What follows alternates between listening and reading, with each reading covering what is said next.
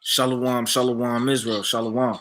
His brother Raya, want to give all honor and glory to the Most High God, Yahweh, Ba'ashima Mashiach, Malak Yahushua. Another strong shalom to all of the mighty brothers that go out there and labor with the highways and byways, making their body live in sacrifice. In the rain, the tumults, the demons, the uprises, the uproars, they out there standing 10 toes down for the name of the Lord. Another strong shalom to all of the mighty brothers that are not out there as of yet, but they're building themselves up. Reading, praying, fasting, taking notes, or doing everything they could do to put themselves in a position to shake the hand, to wake up the hopeful elect.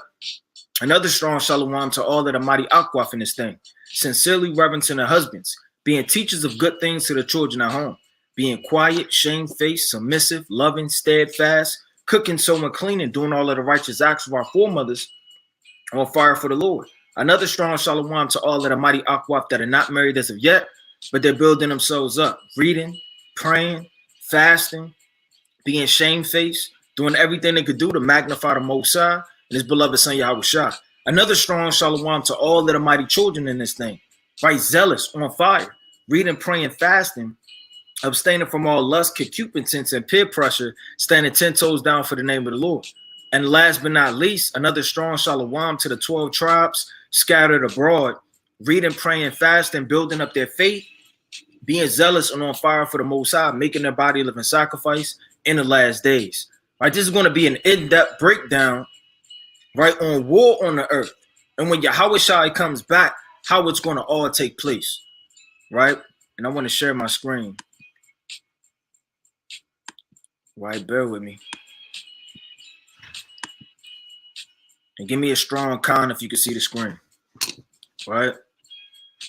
Give me a strong con if you can see the screen, right? We're going to dive into it, right? Because a lot of brothers, they may not know in depthly what's going to happen on the day of the Lord. All they think is just smoke, bombs, and just destruction, and that's it. No, the Lord likens all of this right here, right? His mighty works are likened it to like a movie, man. You have a beginning, right? You have the build-up. You have the climax. You have the ending. You have the rolling credits. Right? You can't just skip and just start in the middle of the movie, man. You can't just start right in the New Testament. You have to read. You have to understand who the prophets are and why they prophesied, man. Right? You have epistles. You have what some scholars may call poetry, right? Going into Psalms, Proverbs, right? You got practical books like Sirach, right? Everyday life and things that you need, right? To be a man or a woman of the Lord, right? To make yourself perfect and blameless. You got Paul's epistles, but you can't forget about the prophets, man. The Lord, right, is a God of war. Yahweh is his name. Let me get this real fast. This is the book of Revelation, chapter 19. And I'm going to start at verse number 10. And I fell at his feet to worship him.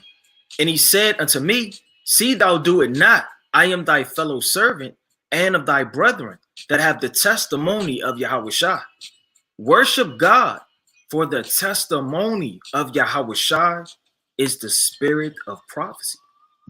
The Lord told you, if you truly have the testimony of the Lord, you will be in prophecy, man.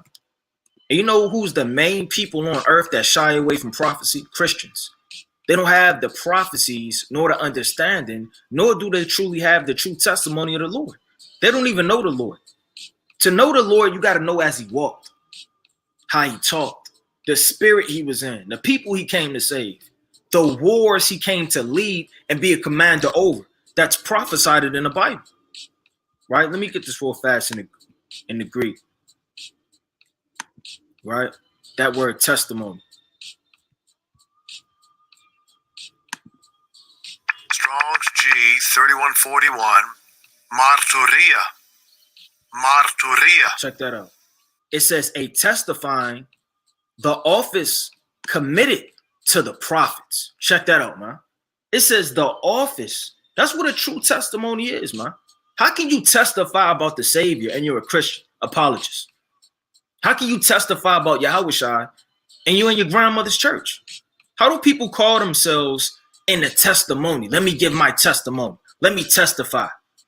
The true testifying and the true testament of the Lord and prophecy and things that the Heavenly Father has given to the prophets are only to the prophets. It says the office committed to the prophets of testifying concerning future events. What one testifies, testimony before a judge, right? So you have that two definitions. That's why we have to be in the prophets in the last days, man. Right, let me get this quick precept in the book of Amos. And don't think those ancient prophets disappeared off the earth, man. They're still here to this very day. Isaiah, Daniel, Ezekiel, right? Jeremiah. These mighty men are coming back on the earth to shake the hand and prophesy the destruction, right, of Babylon and these wicked kingdoms as they did before. This is the book of Amos, chapter 3, right, in verse number 6. Shall a trumpet be blown in the city, and the people be not afraid? Shall there be an evil in a city, and the Lord have not done it? So in the ancient times, they would have high towers where they would blow the trumpet to let the inhabitants of that land and that city understand and know that, guess what, man? War is about to kick off. It says, surely the Lord will do nothing. I'm going to read this again, because we bring this out all the time, but we don't really know how in depth this really is, man. And the Lord said he's not making a move. And the Lord could do as he pleaseth. It says, surely the Lord will do nothing, but he revealeth his secrets unto his servants, the prophets. How the world is going to be destroyed is a secret. How the so-called white man is going to get dethroned is a secret. And the Lord has mysteries, allegories, parables, but he also has secrets, things that are decoded in the prophets. And the only way to understand the prophets is to be subject to that testimony and be of the prophets and be one of those ancient men or women that followed the Lord, man, to receive his testimony as he was on earth. Right, let me get this quick precept. Let's go to the book of Zephaniah, chapter 1 and verse number 14. Right, and it reads, the great day of the Lord is near. It is near and hasteth greatly. Even the voice of the day of the Lord, the mighty men shall cry there bitterly. So all your chief men, your captains, right, all the men of authority, your commanders, your chiefs, your presidents, your prime ministers, these men, when they understand that the Lord has cracked the sky with the millions and trillions upon thousands of angels, right, that are without number, which is his band, which is his host, they're going to cry bitterly, man. It says that that day of wrath, a day of trouble, of distress, a day of wasteness and desolation. So all you brothers that talk about the kingdom, talk about immortality, talk about slaves, dominion, wisdom, understanding, living forever, having all the things that our forefathers have prophesied about, you have to understand what this day is really about. This day isn't a day of salvation for a lot of you Israelites, man. May be watching this, may not be watching this, man, that are in the earth, spread abroad. Maybe a day of destruction for you, a day of wasteness, a day where the Lord has finally revealed that he never knew you, that you aren't really my prophet, you aren't really my apostle, that you were never really set forth to the ministry, to the hands of the work. You were one of those ancient false prophets I have predestined from the foundation of the earth to lead my people astray. You know what's going to be waiting for you? Nuclear fire, a lake of fire, destruction, screams in a vision of the elect being beamed up as you look from above, as you get destroyed. It says a day of darkness and gloominess, a day of clouds and thick darkness. So the Lord likened the day of the Lord to what? A gloomy storm. All right, let me get this real fast. So you got to paint the visuals when you're going into this thing, man. The Lord likened the day of the Lord to this. And when you really look at this, this reminds me of when Yahweh Shem Yahushua came to Mount Sinai and all the people were afraid, right? When the darkness came about upon that mount as Moses was up there for 40 days. Now, as you look at this, man, this is a day likened unto the day of the Lord, man. Dark. You can't see, you're scared, thunder, lightning, wind, distress. You can't hear, There's no refuge in sight. There's no place where you can hide. Seemingly, when there's a rainstorm, what do people do? They go get shelter. They go get help. They go to their car. They go under a tree sometimes, right? They go inside of a building. This war is likened to this day, man. And there's nowhere to hide. There's nowhere to go unless you're under what? The wings of the Almighty. That's the refuge that the Lord was talking about as he prophesied it, right, through the holy prophet David, right? Verse 16, a day of the trumpet, an alarm against the fenced cities and against the high towers. And I will bring distress upon men, that they shall walk like blind men.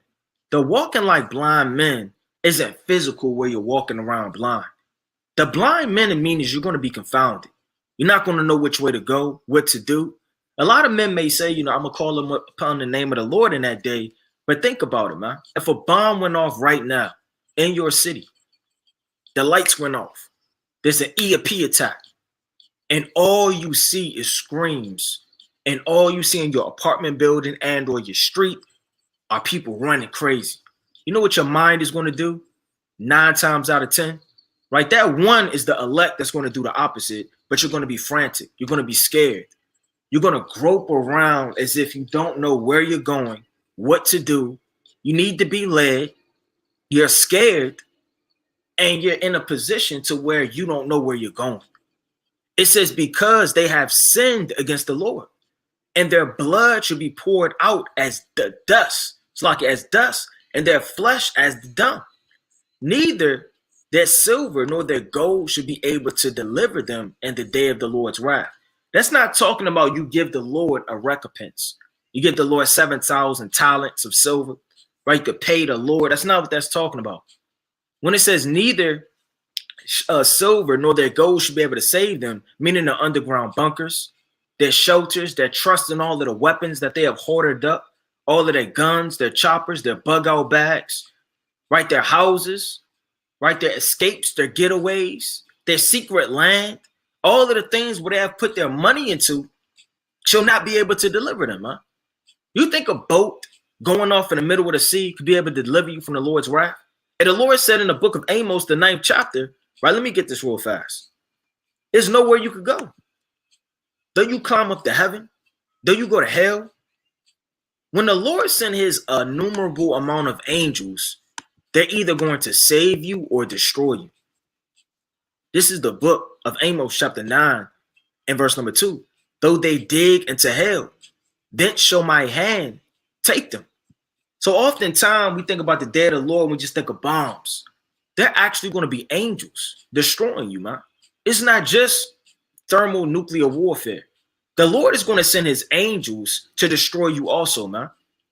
Because the angels by Hashem Yahweh Shah are going to destroy Babylon, right? Along with these other nations. And it's going to burn with nuclear fire and the vengeance of the Lord.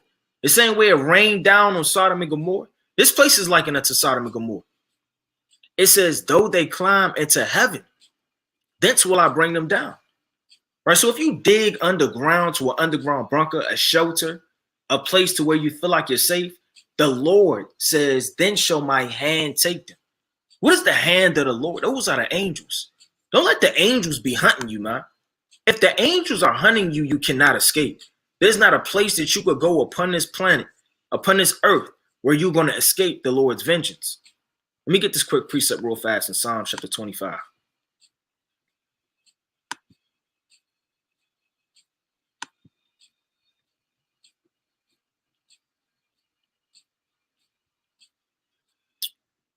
All right, let me get this real fast. It says, lead me into thy truth and teach me, for thou art the God of my salvation.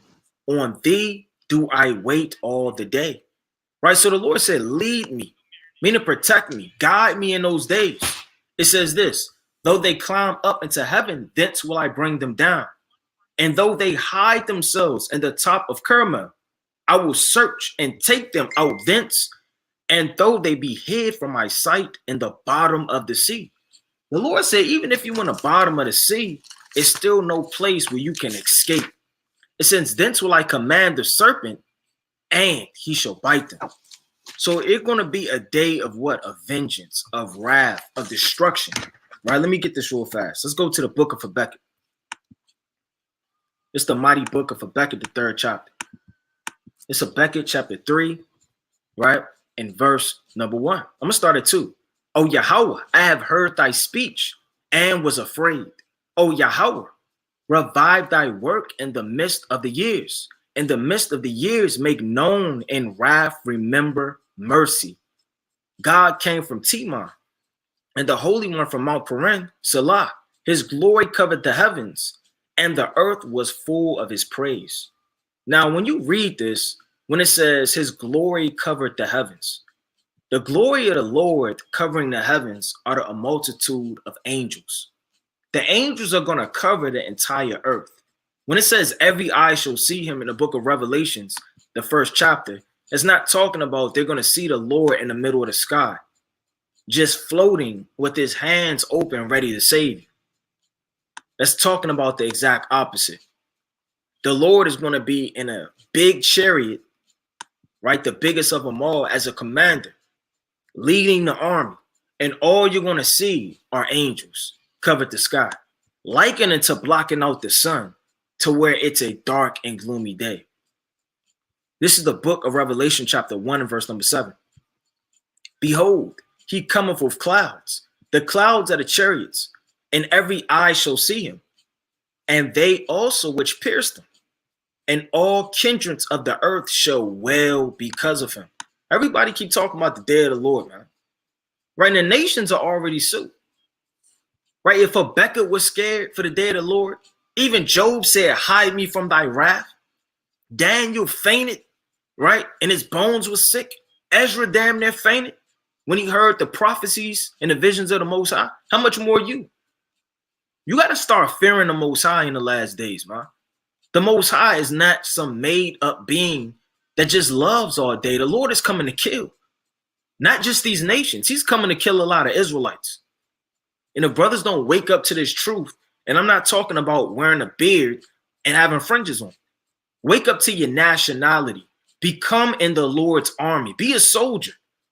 Be somebody that actually is willing to die for the Lord, that keeps the commandments wholeheartedly, with a perfect heart and a perfect mind, that casts away evil. Like Job, he escheweth evil, man. And be ready for the command of Yahweh Bashem Yahushua as he uses you as a sharp threshing instrument, as a bow, as an arrow, as a battle act. Because war is on the rise. And not just with these nations. The Lord is building up an army. And each one of his army, you understand, is going to be the men of God, the elect. And each and every day he's sharpening you up mentally. And he's going to put the spirit on you physically to destroy. Right? Let me get this real fast. Let me go back to it. This is Habakkuk, right? Chapter 3 and verse 4.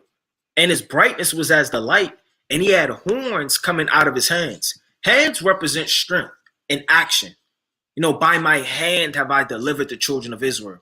It's not physical. The Lord scooped us down and picked us up, man, with a big dark-skinned hand. No, the hand are your works. The horn represents strength. The Lord said in the book of Psalms chapter 75. Let me get this real fast. This is the book of Psalms chapter 75 and verse number 10.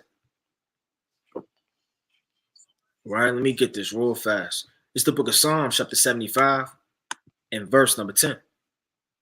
Right, and it reads, all the horns of the wicked also will I cut off, but the horns of the righteous shall be exalted.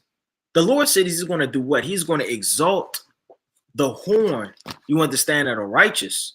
But what? The horn of the wicked is going to be chopped off. Just like you have the horn of a unicorn, right? Which is the strength. So the Lord said he had horns coming out of his hands. Meaning out of his hands and his works come strength, honor. It says, and there were, let me get this real fast. Let me get this quick precept.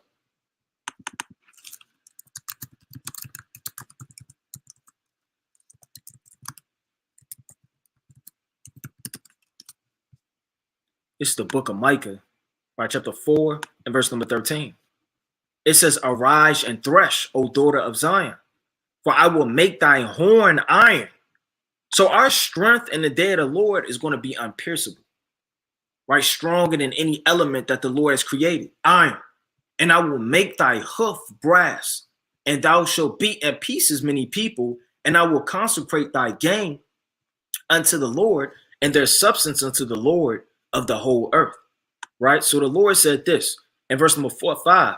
Before him went the pestilence, and burning coals went forth at his feet. Right? So the Lord isn't just coming, you understand, to look at the inhabitants of the land. He's coming to destroy. How is he going to destroy? Via the hand of the angels. He's going to speak things as a what? As a commander. The Lord is likened unto a captain in the Bible. He's likened unto a bishop, a shepherd, a king, right? And all of them do one thing and have one thing in common. They lead. And the Lord is going to lead in that day, you understand, the holy angels. And he's going to set them all up in order. Right, let me get this quick precept real fast. Let's go to the book, right, of Zechariah, chapter 9.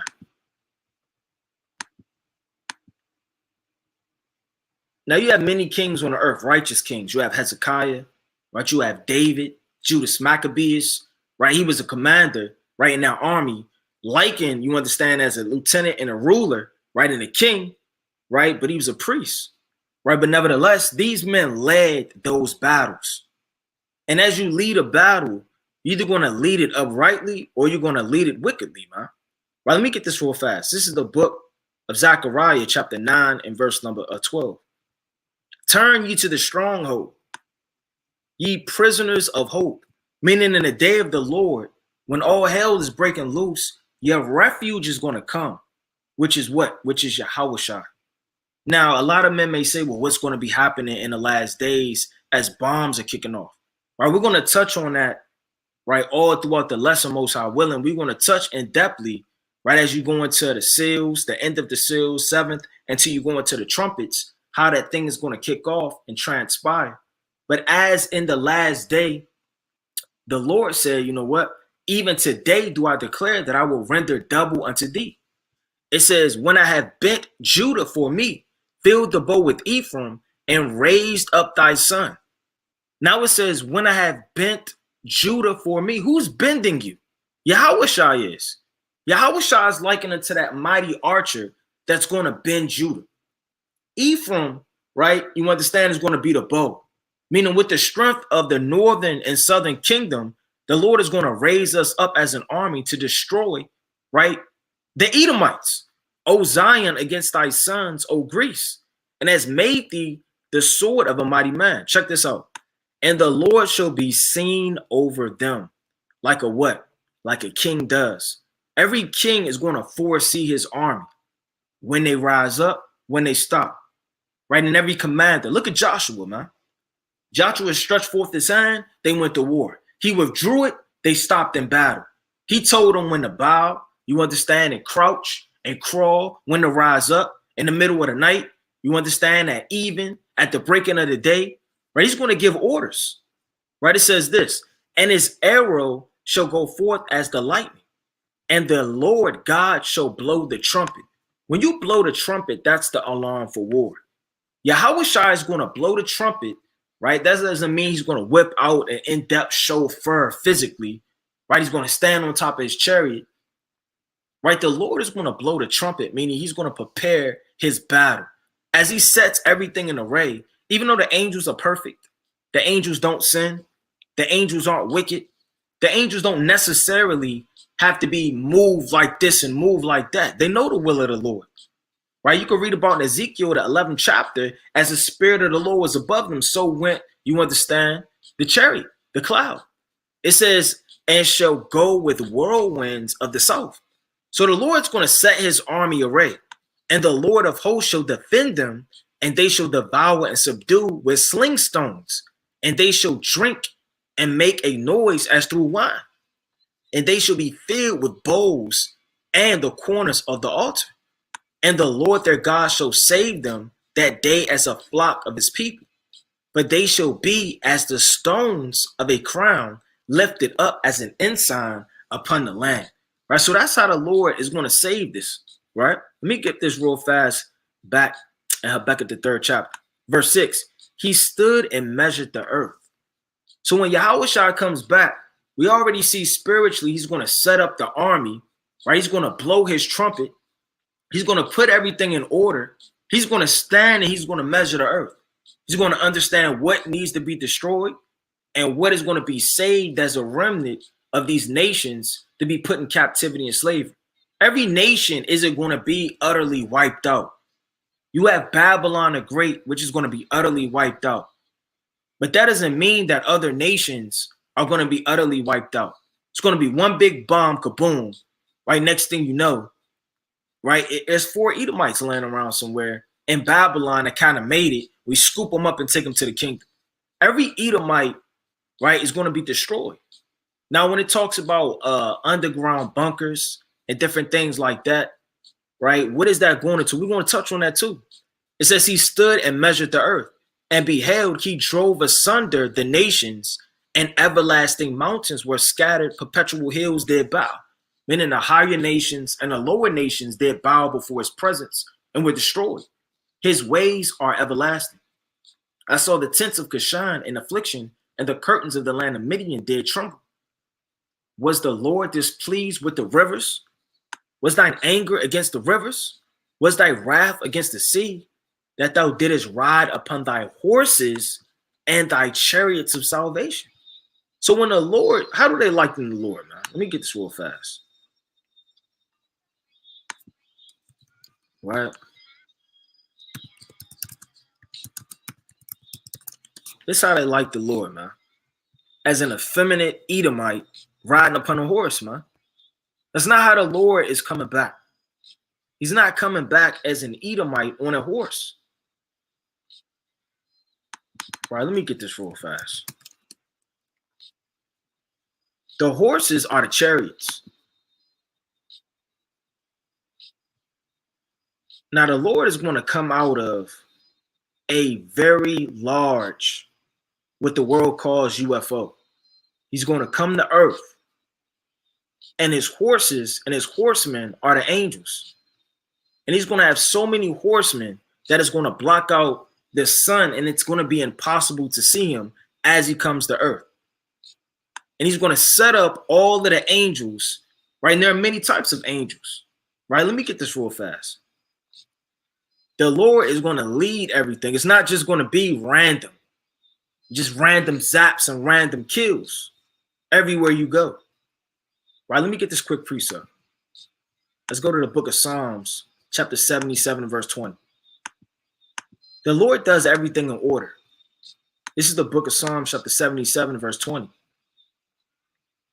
It says, thou leadest thy people like a flock by the hand of Moses and Aaron. So even when we were alone, there's no point in the Bible where we were ever really alone on a deeper level, because we always were guided by Yahweh Bashim Yahushua. Even when we came out of Egypt, the Lord had what? That chariot resting upon the camp. And as it lifted up and went, then Moses and the Israelites, they went forward. But as it rested by night, right? Then what? Then they rested. The Lord's going to lead always, right? When you read the book of Judges, the 2nd chapter, right? Let me get this real fast. So even from the ancient time in the ancient world to the time where he's coming back, he's going to be in full control. And he's going to push everything the way he wants in army red. You think you may like kings and generals. You think you may like this army and this lieutenant and this structure of government and the Marines and the Air Force, right? And the Space Force with these different branches. Or you may like how the so-called Moabites, how they structure their thing up now, the Chinese. You may say, well, I like how the Arabians, they align themselves in war. Well, I like the way the Russians do this. Well, I like the way the Nazis, they kind of march like this. Hey, wait till you see the Lord, how he's going to structure everything. This is the book of Judges, chapter 2, and verse number 1. And an angel of the Lord came from Gilgal to Balchem and said, I made you go up out of Egypt and have brought you into the land which I swore unto your fathers, and said, I will never break my covenant with you. Right? So the Lord said he led us, you understand, and brought us up out of Egypt. Right? Let me get this real fast. Let's go to the mighty book, right, of Micah, chapter 2. Real fast to touch on that again. Right, it's the mighty book of Micah, chapter 2 and verse number 12. It's Micah chapter 2 and verse 12. It says, I will surely assemble, O Jacob, all of thee, and will surely gather the remnant of Israel. So when the Lord comes, he's going to save the elect. I will put them together as the sheep of Bozrah, as the flock in the midst of their fold. They shall make great noise by the reason of the multitude of men. Right? This is the army of the Lord. This is the elect. As he gathers up his sheep, he's going to set each one of them in their fold. The breaker is come up before them. They have broken up. I have passed through the gate and are gone out by it, and their king shall be before them, and the Lord on the head of them. So the Lord's going to structure this battle. He's going to be on the head of it. Right? Let me get this real fast. It says, how many soldiers, how many U.S. soldiers are there? And the United States is also the world's third largest army in terms of manpower. About 1.4 million active military personnel. Right? Now, this is from 2002. Right? The numbers may have grown. Right? It may be up to 1.5, 1.4, whatever the case may be, 300, or whatever the case may be. But they only have 1.4 million active in their army. Now, when you think about the so-called white man's army, he has 6 branches in his army. Now, his 6 branches, as you go into his army, right, you have the army, right? You have the Air Force, you have the Army, you have the Coast Guard, you have the Marines, you have the Navy, and you have the Space Force, right? You have the Air Force, which is what? A military prompts around the firmament. That's going to do nothing but travel to try to strike down, right, with those air war vehicles. It says you have the Army. This is your army on land. You have your Coast Guard, which are around all of the coasts in all of the states, whether it be the coast of Florida, or whether it be the coast of Maryland, all of the different coasts right out to the sea coast, right? That's where they cover. You have the Marines, which prominently cover a lot of things, right? They're the more diverse part and branch of the army, right? They can go in the air, they'd be on the sea and they'd be on the land. You have the Navy. So from the Coast Guard, you branch off from the coast and go deep within the sea with submarines and all type of missiles, right? And then you have the Space Force, which is solely created to fight and come against Yahweh Bashim Yahushua. Now, this is newly tacked on to the 5 branches of government. The 6, which 6 is a spiritual number of incompletion and wickedness. So they have 6 branches of government where in the last days, they just packed on their last, which is the Space Force, right? Let me get this real fast. Now it says, how many soldiers are there? 1.4 million. Let me get this precept real fast. Let's go to the mighty book of 2 Kings, chapter 19. It's the book of 2 Kings, chapter 19, and verse number 35. And it reads, and it came to pass that night that the angel of the Lord went out and smote in the camp of the Assyrians 185,000. So 185,000. I'm pulling this up to let you know that the Lord is going to come with an infinite amount of angels. But that's going to be overkill.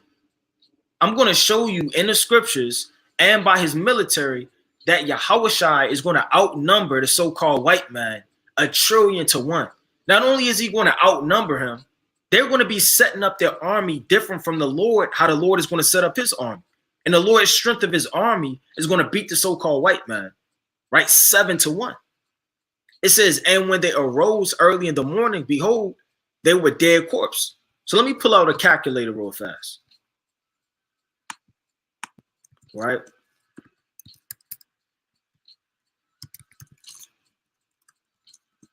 Let me put out a calculator. Now you have 1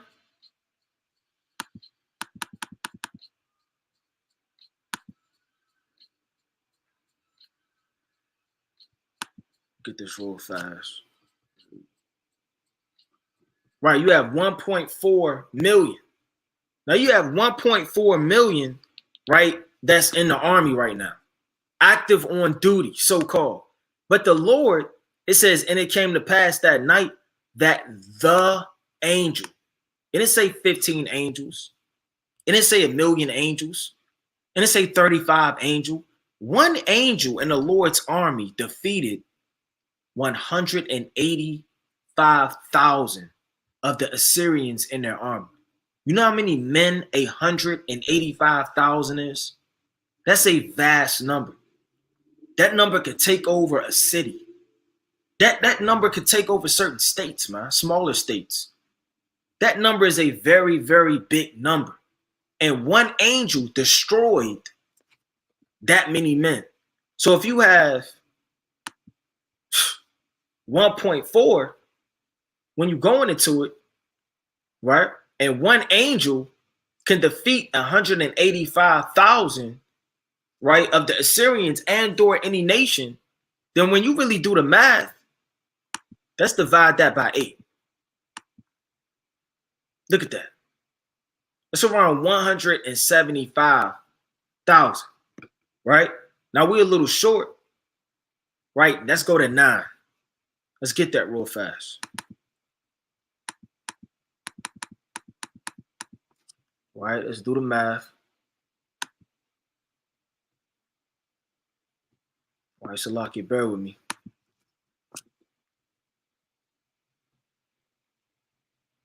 All right, make sure I'm getting the math right. All right, you have 1.4 million.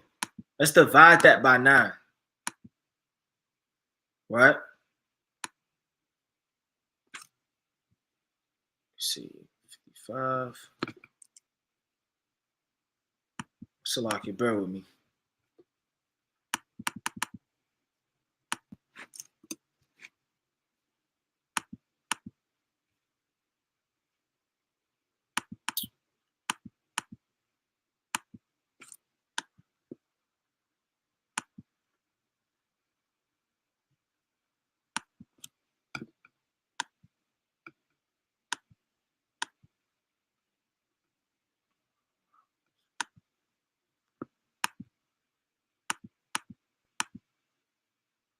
Right? Roughly around what? A million, right? 400,000, whatever the case may be. Right? You don't need all of these angels and all of this manpower to destroy, right, all of the U.S. Army. Now, when the Lord set up to destroy Jerusalem by the hand of the angel, what happened? Let me get this real fast. The Lord sent one angel to destroy the inhabitants of Jerusalem. And these accounts are written for your learning's sake when you really dive into it and do the mathematics. And God sent an angel unto Jerusalem to destroy it. So all of Jerusalem, all inhabitants of Jerusalem could get destroyed by one angel. Think when the Lord has said in the book of Job, right? Let me get this quick precept. It's the book of Job, chapter 25, and verse number 2. It says, I'm going to start at 3. Is there any number of his armies? And upon whom doeth not his light arise? So can anybody really number the Lord's army? No. Nobody can number the Lord's army. The Lord's army is vast, right? It's beyond what anybody could really count or number, right? The angels are infinite, right? Let me get this real fast.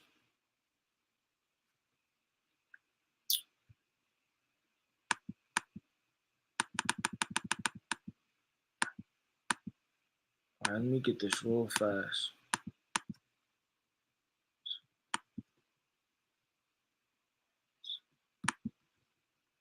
Let's divide that by 9.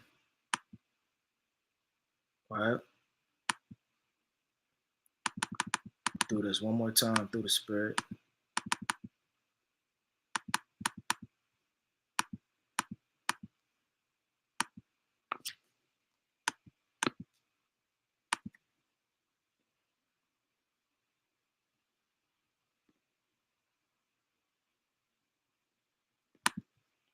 Let's divide that by 11.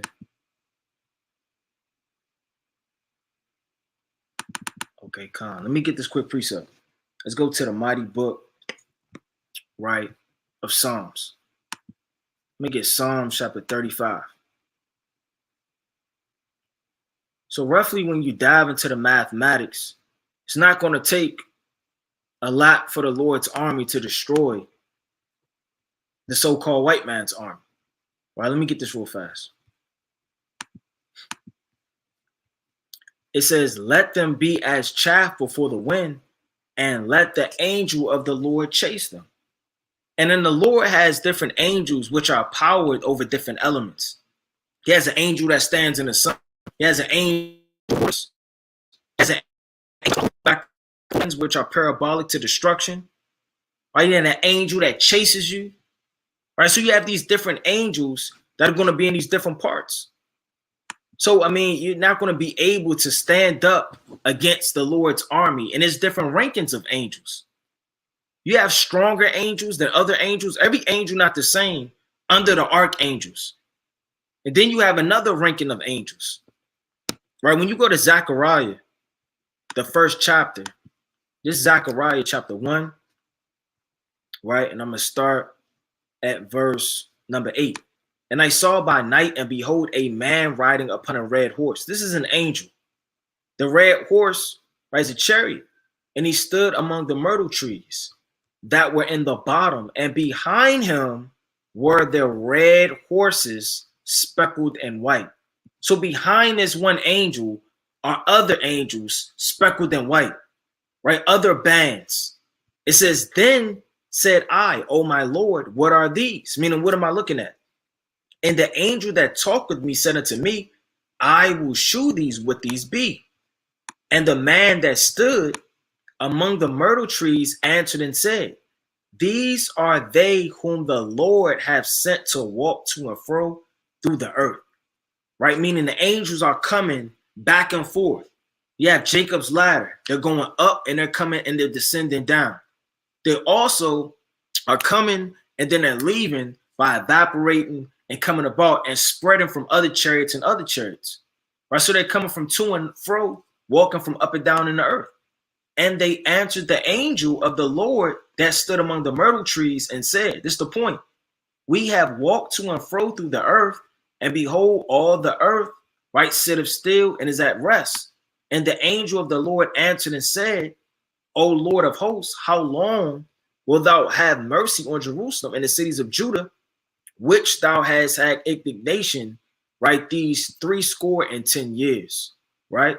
So you have one angel, but then behind that angel, there are other angels and one angel that's talking, right? Just like you have an angel, right, set up, and we're not going to dive in depthly on an in-depth breakdown of angels, but you have authoritative angels, you have messengers that are angels.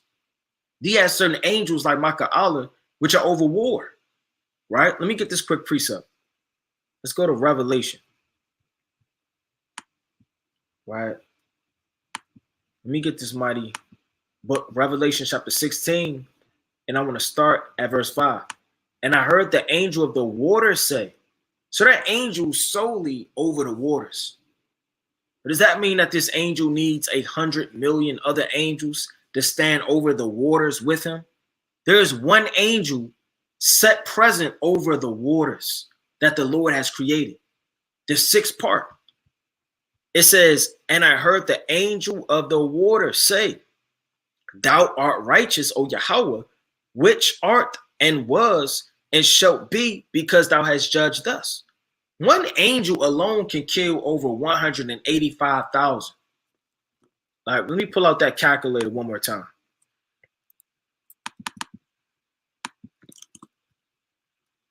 All right.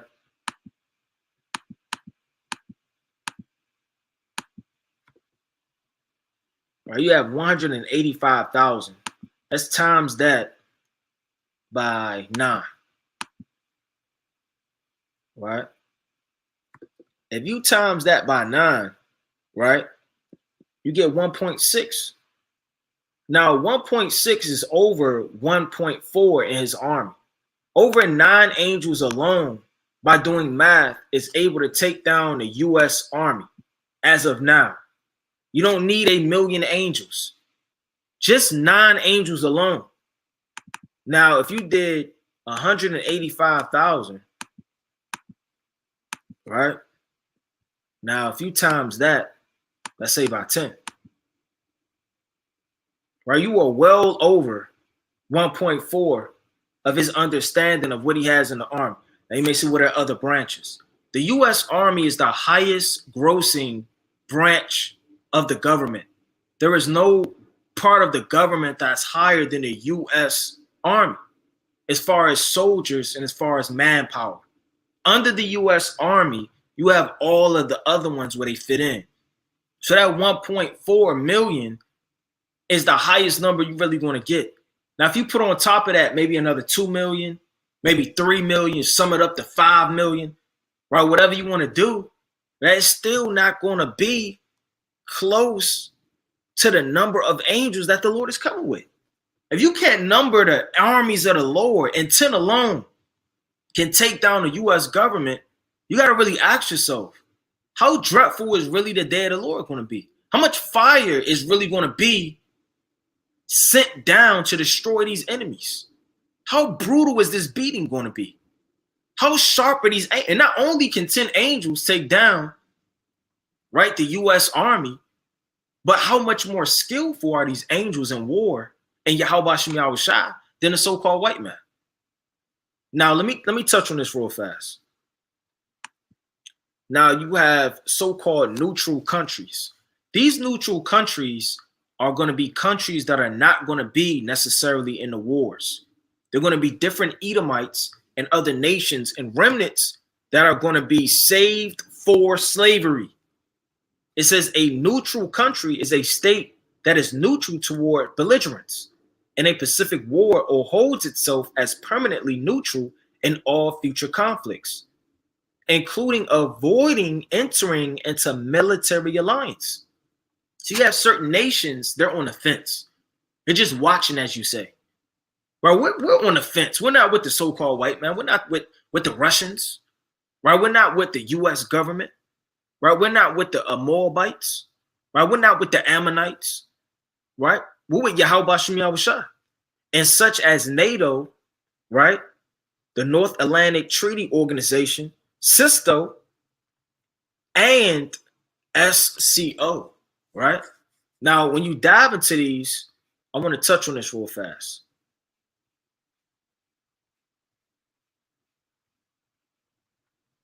And I'm not going to read all of these, but you have the Australians, right? So-called white race. They're going to be certain Edomites that are going to be preserved for slaves. And Esau is everywhere. He's not just in Australia or Ireland, right? In Canada, United States, Russia, right? He's everywhere, right? Costa Rica, Ghana, Haiti, Ireland, right? They're so-called neutral in alliances. Like I said, I'm not going to read all of these, but nevertheless, Vatican City, right? So-called Rome, you have Switzerland. You have certain Edomites, right, that are going to be slaves, right? But then you're going to have Babylon the Great utterly destroyed, neutralized, right? You have the Shanghai organization, right? The Shanghai Corporation organization. Now, their members are solely from China, right, all the way to Uzbekistan. Salakia for the pronunciation. So these are going to be your active members in a military war that chiefly, right, take apart, when you read and go into this, all of the green. So when you look on a war or a global map for war and how this thing is going to take place, solely all of the nations in this green are allianced up together, which is your Shanghai Corporation organization. They're active members in a military alliance, which is covering all of that part on the east.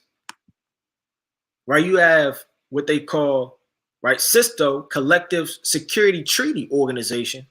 That's from Armenia all the way to Takistan. right? You have your former members. And I want to zoom out and touch on something real fast. Now, these are your members on a larger scale, as you can see it, when you look at the earth. So if the Lord is coming to destroy this place and set up this war, any great lieutenant, warrior, captain, king, and or man, you understand, is going to do what? He's going to foresee what's going to happen before it happens, right? When you watch kings and generals and these different, war like, you understand, documentaries and accounts, when you look at it, right, the way they set up and the way they strategically strategize for war, that's why they're taking so long. Don't you think they all have military power? Don't you think they all could push a button? A lot of these nations, they already possess ICBM missiles. What's taking so long? Strategy. What's the outcome if I take down this little nation? Yeah, you may play chess, you may take down this, right, snatch off the pawn, but you just put your king, your queen, your bishop, right, or any other valuable piece in right of line of fire to be taken down. So you really have to strategize in this thing. Then you have NATO. Now this is a larger scale. Right, NATO is the blue. So from the so-called north, you have United States. You have the parts of Canada, Ireland, while you have different parts over here in the east. But then you will have that green like we touched on. So like the orange that we touched on. And then you have green and then you have red. Now you have partners, NATO members are in blue. Canada, Denmark, France, Germany, Greece, Ireland, right, Poland. So when you look at a map on a global field, really on a deeper level, you don't have a lot of really what's going on in the South America, Africa, different isles, right, Australia, and different parts like that. You have the north, right, and then you will have the south. Just like you will have the east against the west, depending on how you're looking at it on a global scale. But then as bombs and destruction kicks off, right, they're going to be utterly wiped out, the United States. That doesn't mean that there aren't remnants of other Edomites in different places that are going to be grabbed up on a military hunt by the 144,000. That's going to take place to scavenge the earth and take them out of every hole which they're hiding in. When it says hole, that's twofold. They're going to be in underground bunkers, but it's really going to be places in the earth where these nations have hid themselves, right, from all of the war and the buildings falling in different places where you're going to have to dive them out of. Right? Let me get this real fast. Now, the so-called white man, he runs his military electronically. He has tanks, he has gas, right? He has satellites, he has drones, right? He has helicopters, he has radar systems. But he has everything which is electronic. Now, when you dive into it, this is when you dive into it, going into the so-called white man's military might, he deals heavily off of radars. Now, we're not going to dive into each one of his radar systems, but nevertheless, he's solely dependent on electronics. If his electronics go down, even by man of an EMP attack, he could suffer what? Being blind and being like a woman. Like the Lord said, that they shall grope and they shall not know what to do. If the so-called Chinese can hit you with an EMP attack alone, which is man, and take down all of your radar and your electronics and your strength, which is your military power, how are you going to be able to strategize? How are you going to be able to see? They said when you go into war, let me get this real fast.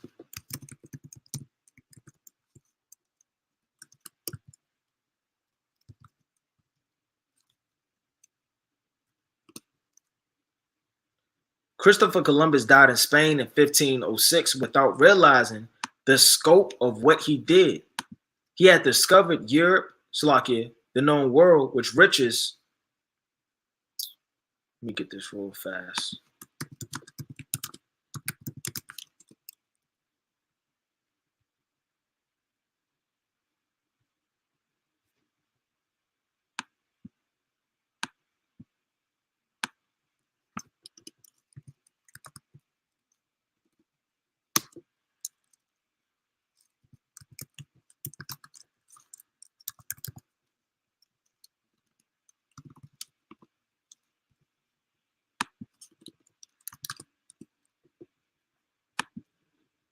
See if I can get any of these pictures with these Edomites. I may not be able to find one. But nevertheless, the so-called white man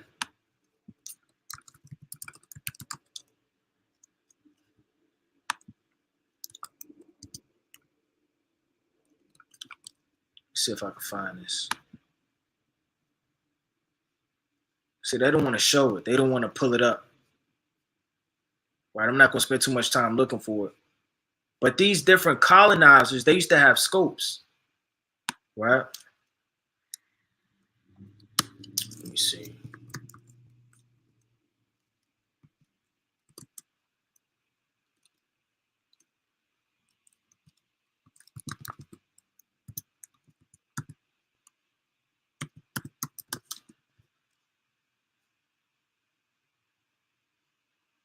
These different colonizers, they had scopes where they used to look on ships from afar, and they used to prepare their men for might, to be able to understand, you know what, how much manpower do we need? How many bombs?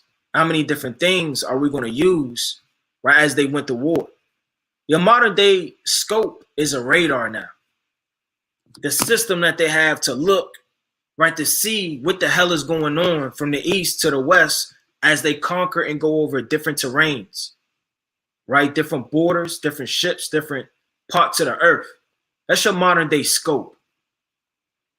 But then they had a scope in the ancient world where they would look and they would say, okay, well, you know what? There are 5 ships, right, at 5 o'clock to the east, voyages to the west.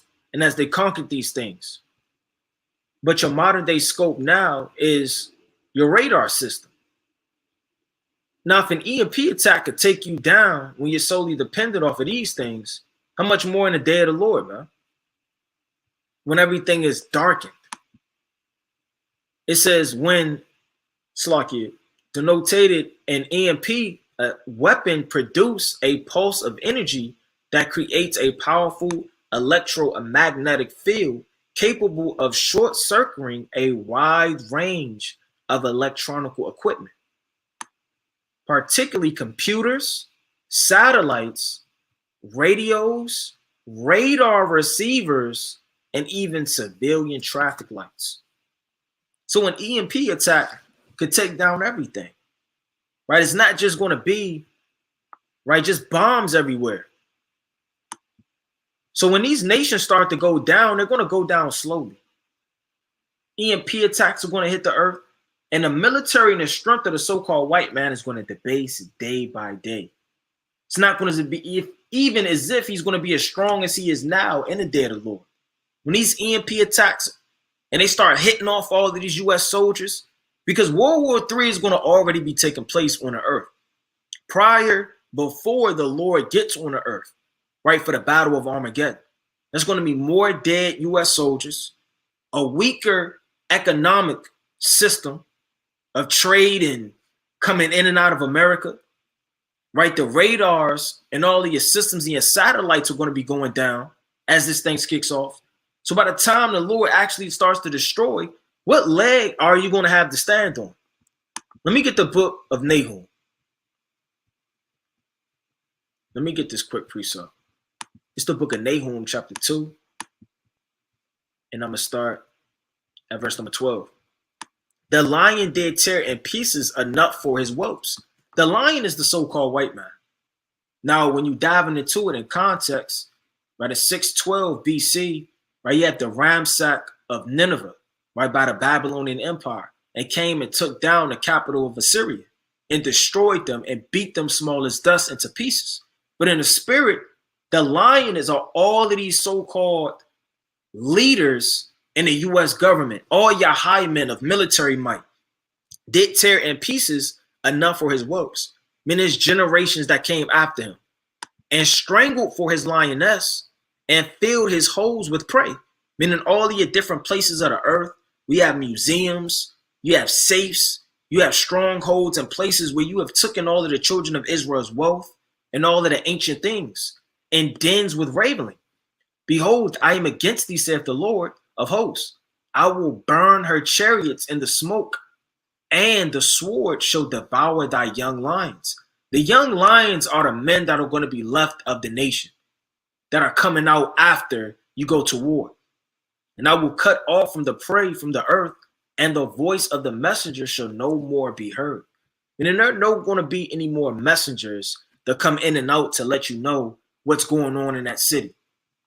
Right? And your modern day messenger, right, isn't talking about a man on a horse. Now they have electronics, they have phones, they have telecommunication, you have all of these different things and radar systems that let you know when a different military alliance is attacking. They're not going to be able to come in and out, and they're not going to be able to express themselves what they're going through. Let's go to the book of Ezekiel, right, chapter 32. It's the book of Ezekiel, chapter 32, and I'm going to start at verse number 2. Son of man, take up a lamentation for Pharaoh. Your modern day Pharaoh is the so-called white man, right? Your Agag, right? Your prince, your president. These are titles for all of these different kings in these different nations. King of Egypt, and say unto him, thou art like a young lion. So Pharaoh is likened unto that young lion, like we just read, of the nations. Thou art as a whale in the sea. So the Lord said the so-called white man is like a whale in the sea. He devours the sea. The sea are the nations. He takes what he wants. He's the big fish. Nobody wants to come up against him. Nobody can devour him. He seems king of all. He moves proudly. And thou camest forth with thy rivers and troublest the waters. It said thou camest forth with thy rivers. The rivers are nations. The waters are nations. You have rivers that are smaller than actual waters, like you have in the midst of a sea. It says, with thy feet thou fillest, so like thou foulest the rivers. Thus saith the Lord, I will therefore spread out my net over thee with a company of many people, and they shall bring thee up in my net. Right? Meaning what? The Lord is going to conquer the so-called white man. Take him out of his strong power being in the midst of the sea and bring him to land. And if a fish is on land, what does it have? It has nothing. It can't breathe. It can't move. It's defenseless. It needs help. It's suffering. It can't have any type of understanding to figure out what to do. It's hopeless. It says, then will I leave thee upon the land and cast thee forth upon an open field. I mean, he's going to take you in that dried out estate where you used to be strong and strengthened out of the rivers, meaning out of thy power, right? And I'm going to put you in a place which is barren, desolate, no help, no strength. And I'm going to put you forth in an open field. So this is an analogy that the Lord is using to debase the so-called white man and make him defenseless. It says, and I will cause all the fowls of the heaven to remain upon thee, and I will fill the beast of the whole earth with thee.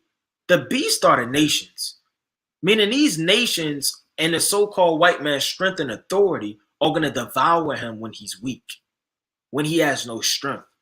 When he used to have strength, power, might, dominion, military might, strength, he used to have all of these different military branches. The Lord is going to break him down slowly. All of this is prior. You understand? When you read it, the Lord is going to do this, but he's going to do it as plagues are hitting the earth. So by the time the Lord actually gets to the earth is going to be going through a famine. The earth is going to have pestilence on it. Wild beasts are going to be everywhere. The U.S. Army is going to be shaking in their boots. They're not as strong as they are now. Once their equipment starts to fail and things aren't as strong as they used to be, you think they're really going? It says they durst fight in 2nd Ezra, the 13th chapter. I mean, they don't even want to. But the Lord is going to put a spirit on them to come up against Yahushua. And I will lay thy flesh upon the mountains and fill thy valley with thy height, right? Meaning I'm going to destroy you upon all of the nations. Check this out. I will also water thy blood in the land wherein thou swimmest. The Lord says I will also water with thy blood the land. So he's going to take the blood of the dead bodies and water the land. Right? That's going back to the law. Where the Lord said the blood can't be cleansed unless by him that shed it. Right? Let me get that in the book of Numbers. So the Lord is parabolically saying how he's going to break down this man slowly and destroy him and cleanse the things that he destroyed. This is the book of Numbers, right? Chapter 35, right? And verse number 33. And it reads, so that ye, Shalakia, ye shall not pollute the land wherein you are, for blood defileth the land. And the land cannot be cleansed of the blood that is shed therein, but by the blood of him that shed it. So his blood has to be shed. It has to be watered with the blood, the land wherein thou swimmest. Meaning upon all of the nations, all of the lands you conquered, all the places you dwelt. You have to be murdered in all of these different places where you're deported out for war. You're going to be in the seas. The Lord said he keepeth not at home in the book of Habakkuk, the 2nd chapter, even to the mountains, and the rivers shall be full of thee. It said the rivers shall be full of thee. Meaning the Lord is going to have to cleanse all of the different lands which you tread of down in war, right? With fire and with your own blood. Right, let me get this quick precept. Let's go to the book, right, of Ezekiel, chapter 21. It's the book of Ezekiel, right, chapter 21. And I'm going to start at verse 14. Salaki, bear with me. And it reads, thou therefore, son of man, prophesy, smite thy hands together, and let the sword be doubled the 3rd time. The sword of the slain, it is the sword of great men that are slain, which entereth into their private chambers. So the Lord has to slay men that enter privately into their chambers. Those are tanks. Those are different parts of the earth.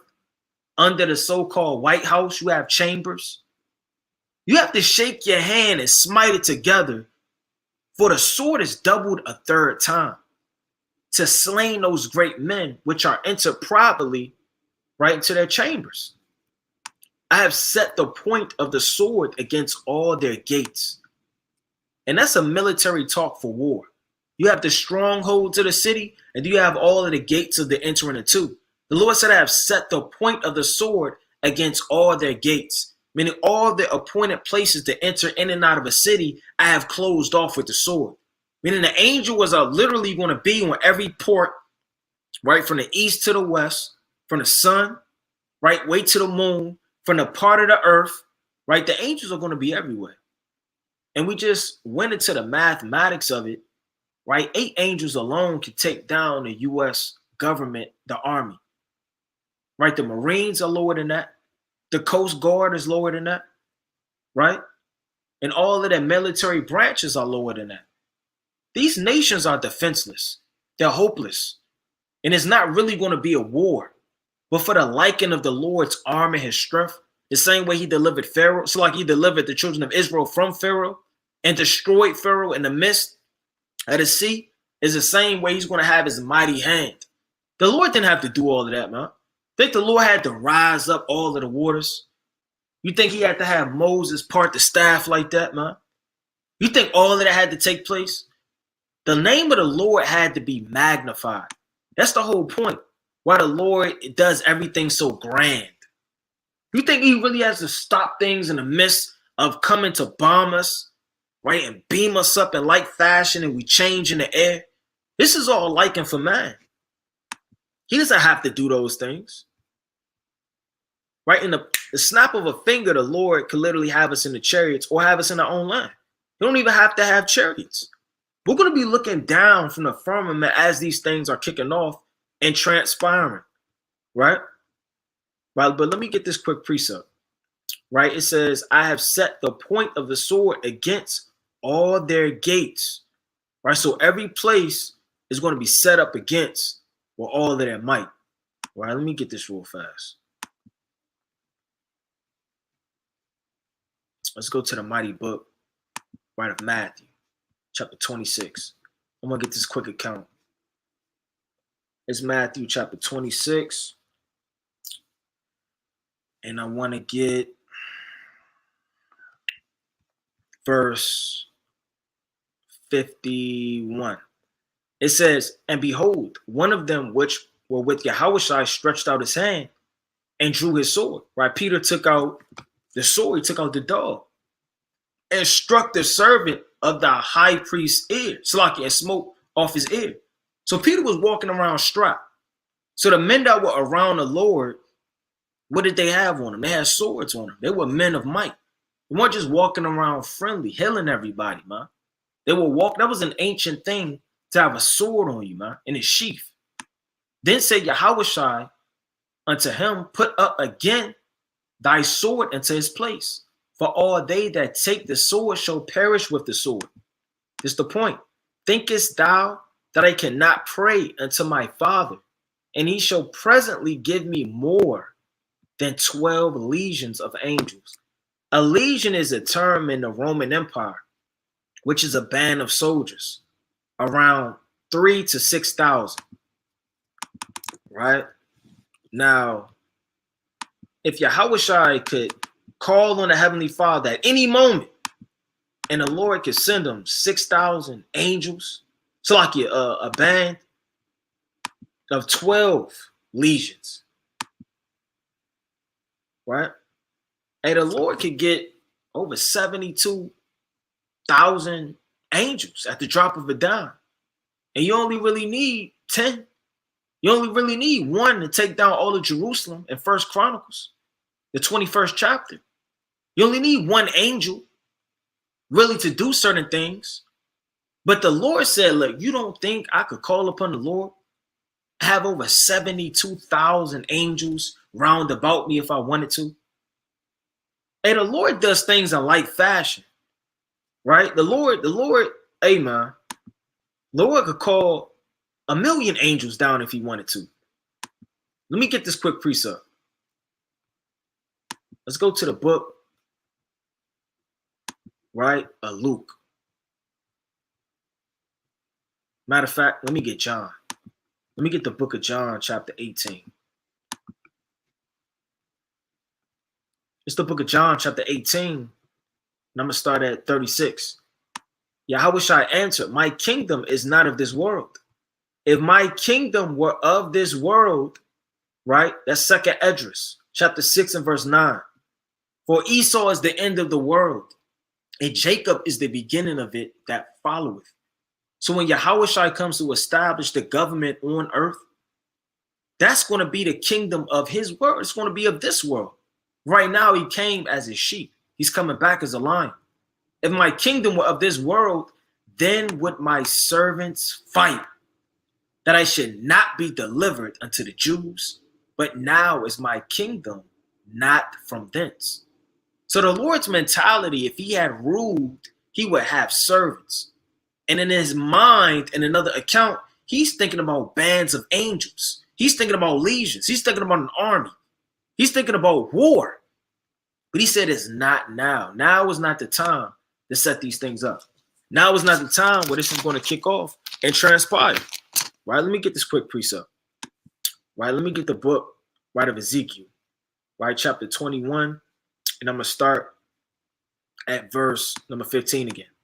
And I've set the point of the sword against their gates, all their gates, that their heart might faint and their ruins be multiplied. Aha! It is made bright. It is wrapped up for the slaughter. Go thee one way or another, either on the right hand or on the left, whithersoever thy face is set. I will also smite my hands together. I will cause my fury to rest. The Lord said there's nowhere where you could go, man. There's no possible place on the earth where the angels aren't going to hunt you. The word of the Lord came unto me again. Right, Salak, I'm going to rest right there. Let me get the book of Hosea. Right, this is the mighty prophet Hosea, chapter 13. And I'm going to get 7. It says, therefore will I be unto them as a lion. Now, this is talking about the sins of Samaria, right, going off in idol worship and falling away from the Most High, right, being the what? The shepherd, and them falling away unto strange idols. But in the spirit, the Lord said, look, therefore will I be unto them as a lion, and as a leopard by the way will I observe them. What does it mean, observe them? A leopard stalks his prey. A leopard is going to hunt you. It's going to watch you. It's going to strategically map out a plan. It's going to slowly pounce. It's going to wait in the way. It's going to sneak up on you slowly, and then it's going to strike you, man. Right? It isn't just everybody just do what they want to do. Right? Let me get this real fast.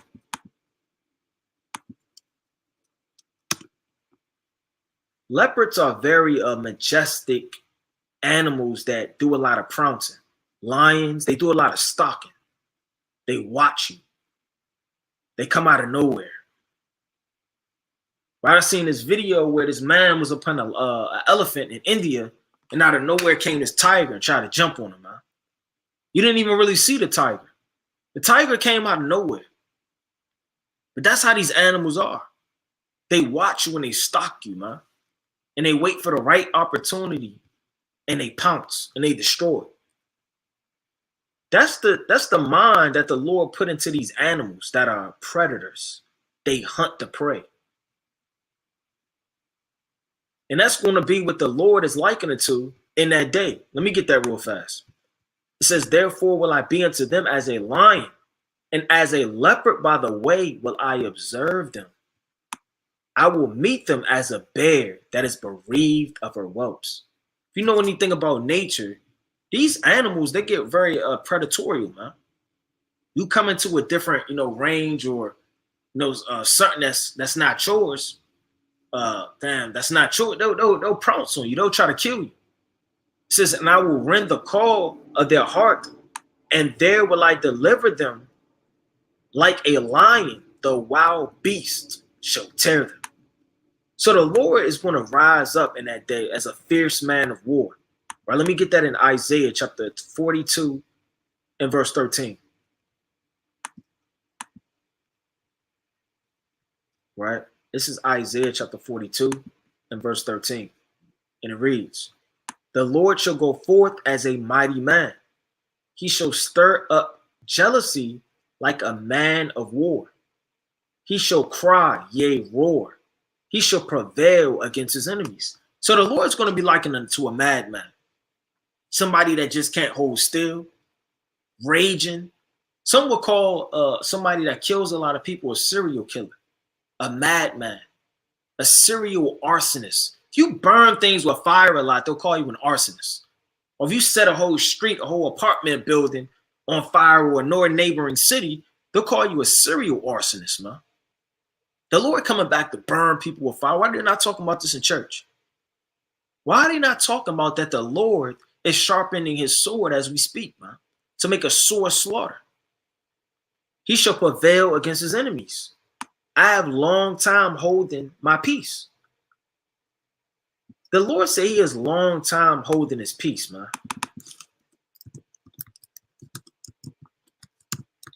What is the Lord holding his peace and seeing?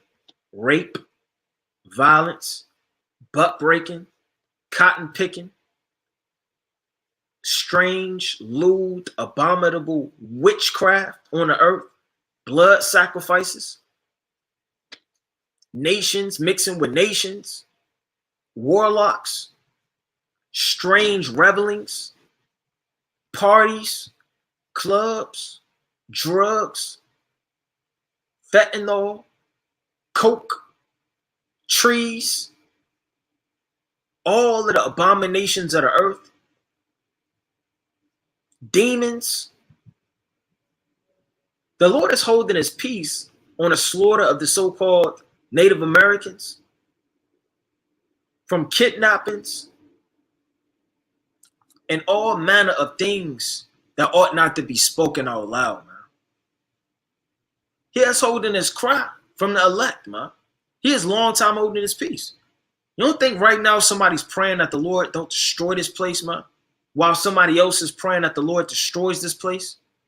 The elect is getting a bruise right now.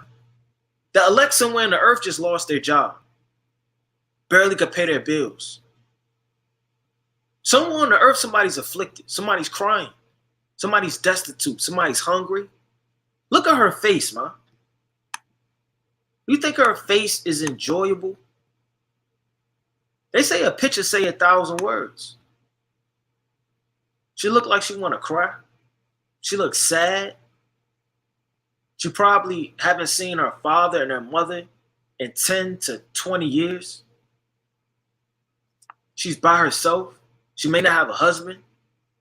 She gets raped by her so-called master whenever he pleases. She gets whooped for simple things, like making too much noise at night when she wants to use the bathroom. She is grabbed, tossed, flipped, bruised, beaten with no modifying plaster, no hope, no help, no one to lean on, no protection. You don't think her cry is being held by the Heavenly Father, man? By this wicked wretch, demon that she has to hold and act as if she doesn't want to rip her head to pieces, man? As she cries every night and has to keep it down. That she does not wake her so-called master, that he may beat her ass to sleep, man. The Lord said, I have long time hold my peace, man. Don't tell me he's not anything to destroy on this earth that needs to be wiped out. Let me go back to it. It says, I have long time holding my peace. I have been still and refrained myself. This is one of my favorite precepts in the whole entire scriptures, man. Because any man that's quick, that get hit, slapped, yelled at, he's going to be quick to rise up to fight. I don't know any man that can get slapped over and over or seen his daughter, his wife, his father, his people be beat. Even Moses couldn't constrain himself when he seen one of his brothers getting beat, man. He rose up and he slew that Egyptian. But the Lord, he didn't slay nobody yet, man. He's a long time holding it. Seeing all these atrocities, murders, death, oppression, and all type of wickedness on the earth, right in high places. But let me get this real fast. This is Exodus chapter 2, and I'm going to start at verse number 10. Salaki, let me get verse 11. And it came to pass in those days when Moses was grown that he went out unto his brothers, Salaki, his brethren, and looked on their burdens. And when you look on your brother's burdens, that's going to make you mad, man. Because you got to say he was coming from Egypt. Looking upon his brother's burdens, he's seeing the groans, the backaches, the yells. And he spied an Egyptian smiting in Hebrew. Now, you may read this like a Christian and read this like an Edomite, right? Smacking him around. Why don't you go back to work, sir? I'm led to believe he was about to die, man. It doesn't say he smote him. It says he's smiting him. I'm led to believe he was trying to kill him. And Moses isn't a murderer, right? He had no option. What man isn't going to rise up for his people? You see somebody beating your brother, his eye is out his socket. I mean, that's a sensible thing to do when you're looking on your brother's burdens. It says, and he looked this way and that way, and when he saw that there was no man, he slew the Egyptian and hid him in the sand. Right? Meaning he killed him. He slew him. So Moses, he couldn't restrain himself. Phineas couldn't restrain himself. Mattathias rose up with zeal. He couldn't constrain himself. But the Lord, he's holding his peace, man. It says, I have long time holding my peace. I have been still and refrained myself.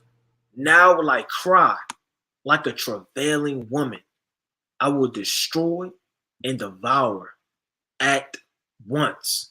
I will make waste mountains and hills and dry up their herbs and will make their rivers islands, and I will dry up the pool. The Lord is coming for a massive slaughter of destruction. Right, let me get this quick precept. Let's go to the mighty book of Amos. Right, it's the mighty book of Amos, chapter 8, verse number 7. The Lord have sworn by the excellency of Jacob, right? Surely I will never forget any of their works. You may forget when somebody did you wrong. You think brothers really have perfect and excellent memory? They can remember every and anything somebody does to them. Even you being a mortal man and a mortal woman could look and behold all the atrocities. And you never even seen all the atrocities, man. There are things going on that aren't documented in history, that aren't scribed out by ancient scribes, that aren't in chronological books with order and different things to be beheld in documentaries, libraries, scrolls, history, documents, paper that happened to the children of Israel, man, that are not spoken about. It says, the Lord has sworn by the excellency of Jacob. Surely I will never forget any of their works. And you can't forget, man. Somebody may say, well, stop being so racist. Stop being mean. Stop acting like that. Why don't you love? Why don't Jesus Christ come into your heart? Why don't you forgive? The Lord shows mercy. The Lord loves. And the Lord isn't going to forget, man. The Lord hasn't forget. You think the Most High is forgetting or forgot what these people did to us, man? And if you're not raged up in some type of zeal, righteous zeal, not wicked zeal to go do something at night when nobody's looking, man. You know, damn, do vandalism somewhere to get off and sneakily laugh as you in your car, man. No, the Lord said, wait upon me. Wait on me, I say. If you're not flamed up in zeal, 10 times out of 10, you're not in the Lord's army. Because what's going to be the reward for the elect? Is it candy? Is it ice cream? Is it $1 million? Their reward is the blood of the wicked. Surely anybody that's looking for a reward will enjoy the reward that they're given. You tell a baby or a kid to do good, you give them ice cream. Right?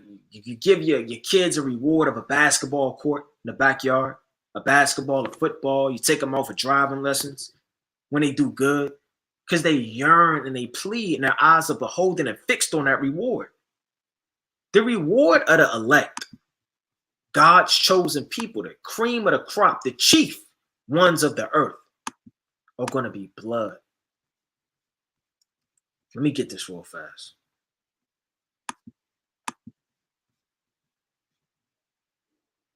Right, this is the mighty book, right, of Psalms chapter 58 and verse number 10. The righteous shall rejoice when he seeth the vengeance. So while everybody else is screaming, they're scared, they don't really know what to do, the righteous is going to love to see the demise of his enemies.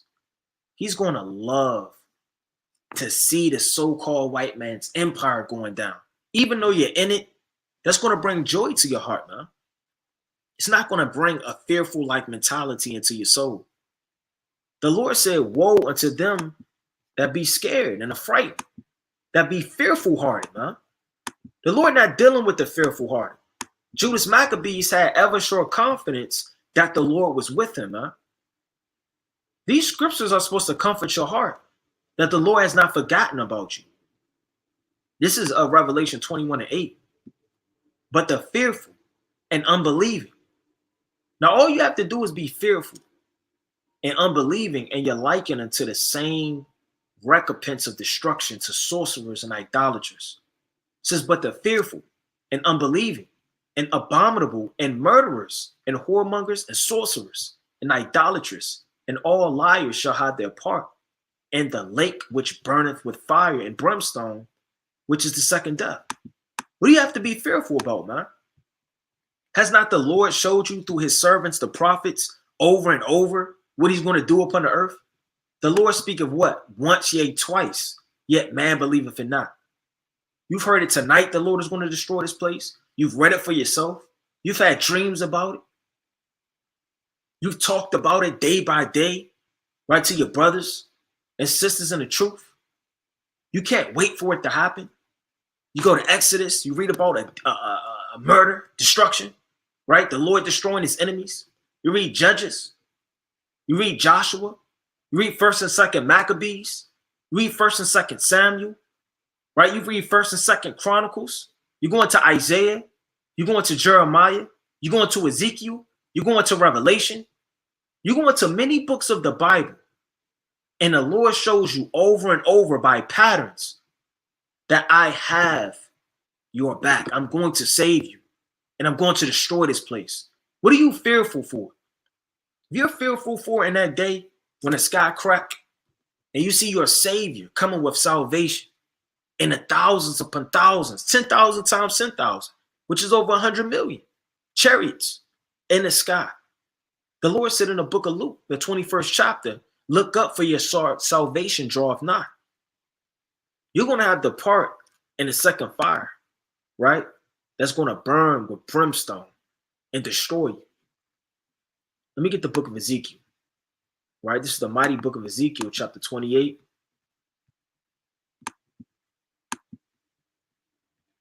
Right? In verse, I'm going to start at 25, and it reads,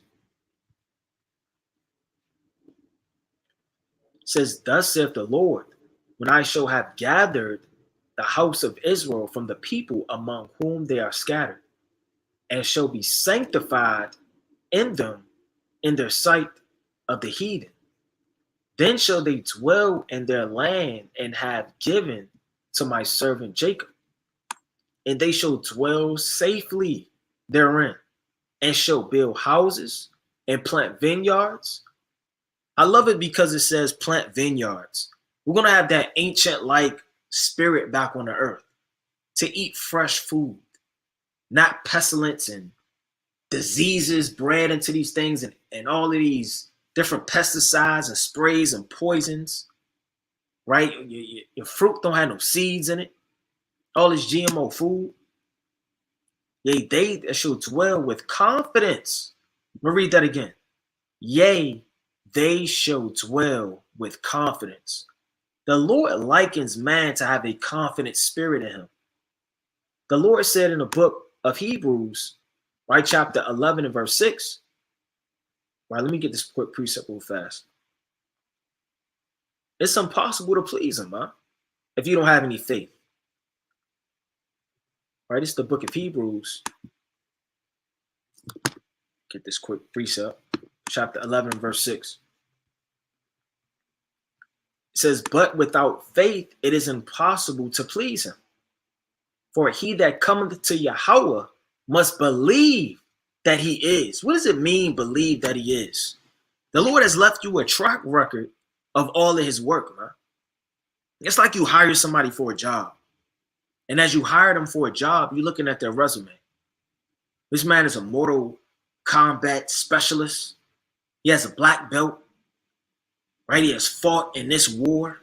He has the wounds to show it. He is conversant in over 5 languages. Right? He knows how to read the room. Right? He knows how to kill you with his thumb. Right? He has done all of these different things. You kind of read in a resume like, okay, this man is equipped. Okay, kind of going through all of the things. He knows how to do this. He knows how to do that. Look at the Lord's resume, man. When if the Lord ever left anybody confounded to themselves, a base that put their trust in him, man? And the Lord don't ask a lot from you. It says, but without faith, it is impossible to please him. You cannot please Yahweh, Bahashem Yahweh Shah, if you don't have any faith in him. For you have to believe that he is, man. That he is Yahweh. that he is a God of war, that he's coming to save you, that these chariots are for your salvation and not for your destruction. To believe with the whole heart and a flaming zeal and a mind toward to be on fire, that these accounts are actually real. They're not made up fairy tales written by the creepy, hairy white man in the dark, man. They are accounts of our history and our heritage and our fathers, which have fought many wars. Angels have destroyed many men, many earthquakes. Many kings, like the Lord said, have he destroyed for my people. Let me get that real fast. This kingdom isn't any better, man. What is this place? The Lord have destroyed many kingdoms, many people, many nations. You better remember who you serve, man. And stop being fearful of these nations, which are but men, that can't hold the torch on any type of level. All right, let me get this real fast. This is the mighty book of 2nd Esdras, chapter 1 and verse 10. Many kings have I destroyed for their sakes. Pharaoh with his servants and all his power have I smitten down. All the nations have I destroyed. When was there any nation to be fearful for that the Lord didn't knock off, man?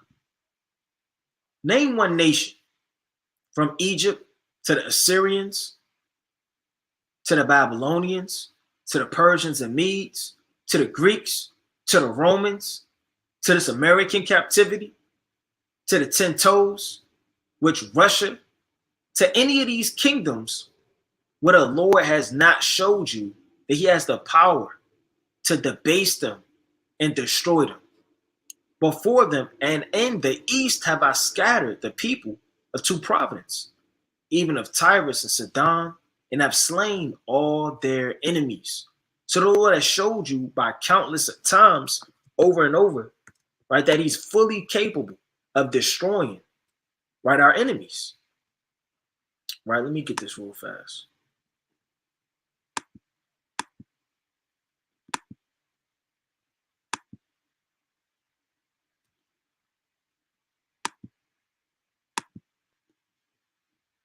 So these 6 branches are going to be laughed at in the day of the Lord, man.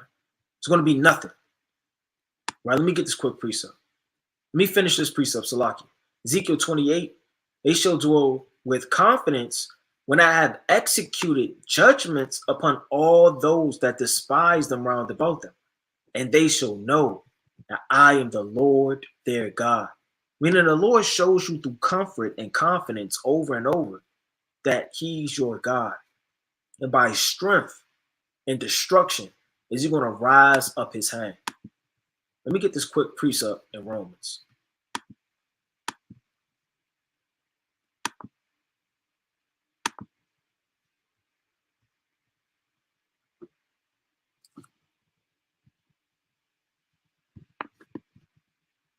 It's the book of Romans chapter 9. And I want to start at verse 15.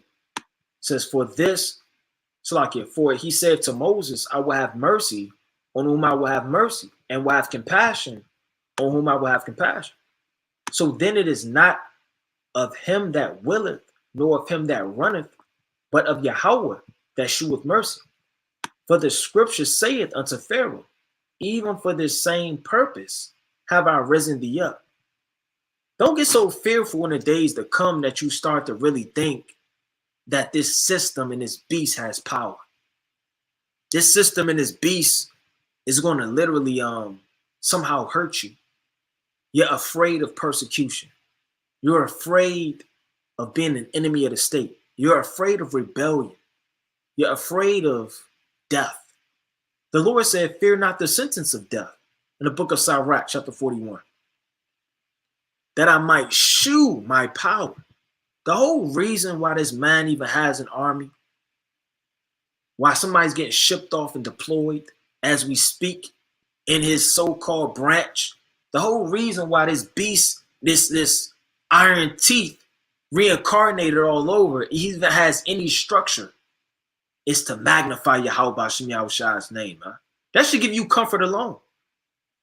That should show you how strong the Lord's name has to be magnified on the earth all over again. People have soon forgotten their creator. They have soon forgotten the rock of their defense. And I'm not just talking about random people. I'm talking about you Israelites, man.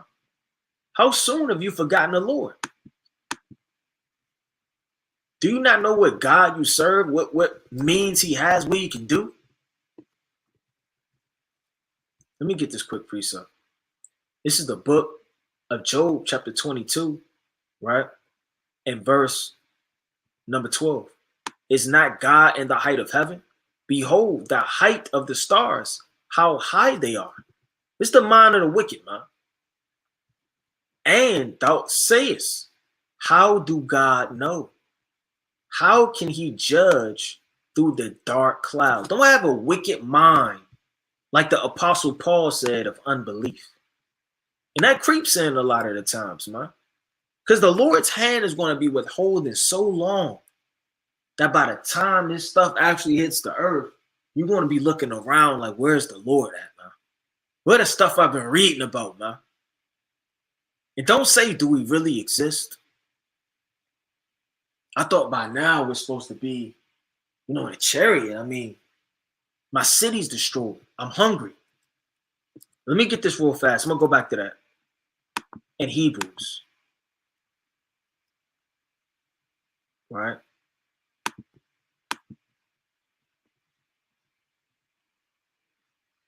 This is the book of Hebrews, chapter 5. It's like chapter 3. And I'm going to start at verse number 8. Harden not your hearts as in the provocation, in the day of temptation in the wilderness, when your fathers tempted me, proved me, and saw my works 40 years. Wherefore I was grieved with that generation and said, they do always error in their heart. Don't let your heart err away from the Most High. What made David so beloved? What made David so perfect in the eyes of God was his heart, man. Don't let your heart depart in this world, depart into fear. It says, and they have not known my ways. Know the ways of the Most High. The Lord said in the book of Numbers, I don't have to pull all these precepts and quoting them for sake of time, right? But the Lord is not a man that he shall lie, nor the son of man, right? So it says, so I swear to my wrath, they should not enter into my rest. Take heed, brethren, lest there be any, Slakia, be in you, Slakia.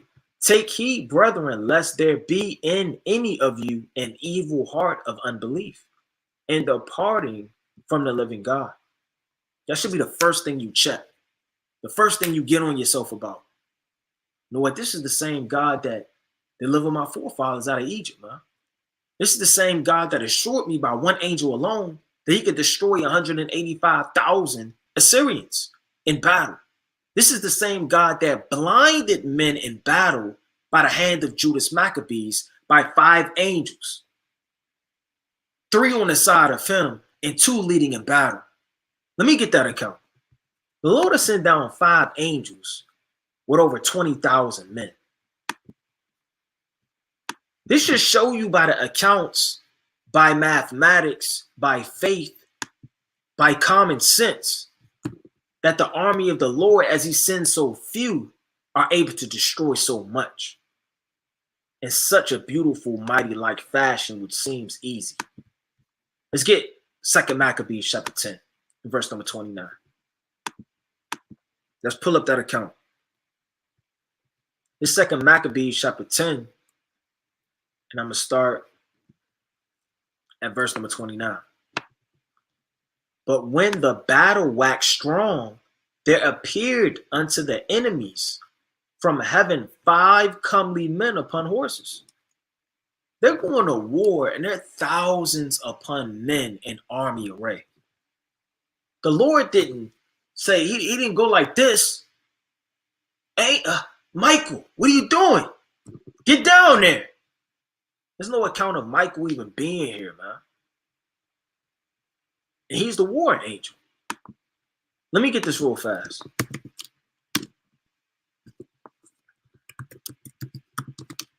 The Lord isn't stressing how he's going to take down man. Don't let the creature strive with the creator. Let me get this real fast.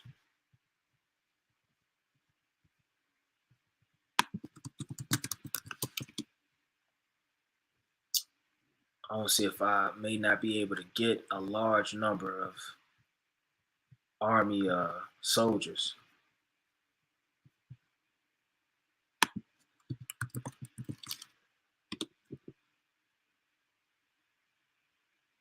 All right, it's a little bit better.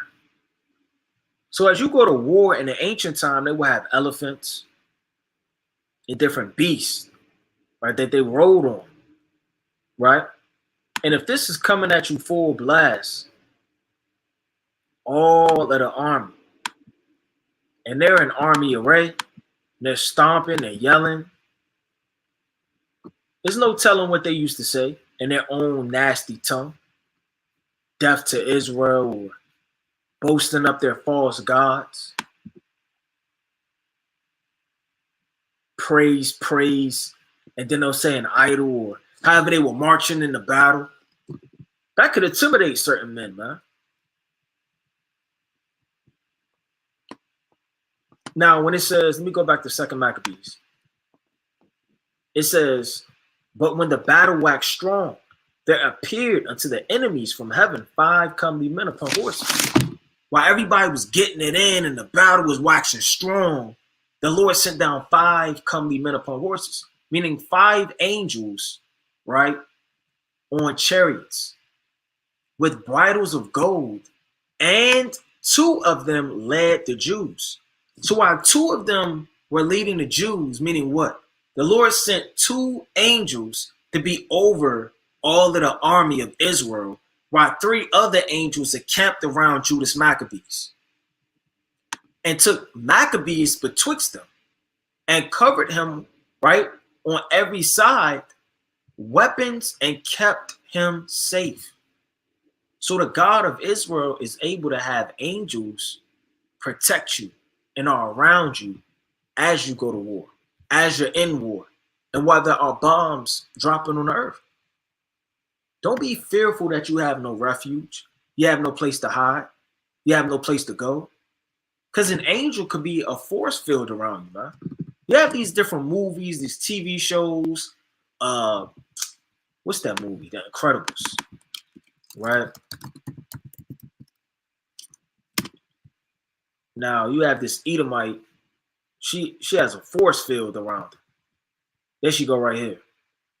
And whenever something happens, she kind of put that force field. There you go right there. She kind of put that force field around her, man. That's their imagination. But we actually have that. If you believe. There's actually angels that will block any terror, destruction, or anything to harm you in any type of way. Let me get that real fast. In Psalm chapter 34. Right? It's the book of Psalm chapter 34, verse 7. The angel of the Lord encampeth around about them that fear him and deliver them. So this isn't just some imaginary account. Oh man, the ancient world so was good, boy. Why we never seen any of these things, huh? You ever question that? Well, these same things are round about you as you speak. There's an angel round about you right as you speak, man. Just because anything like this isn't transpired, don't doubt that that angel isn't here, man. The same way those angels were around him are the same way those angels are around you and are going to be around you in that day. But shot arrows and lightnings against the enemies, so that being confounded with blindness and full of trouble, they were killed. So let's put all of this in perspective. The angels are so mighty that the Lord can send one down to destroy your whole city, like Jerusalem, which is accounted in the Bible.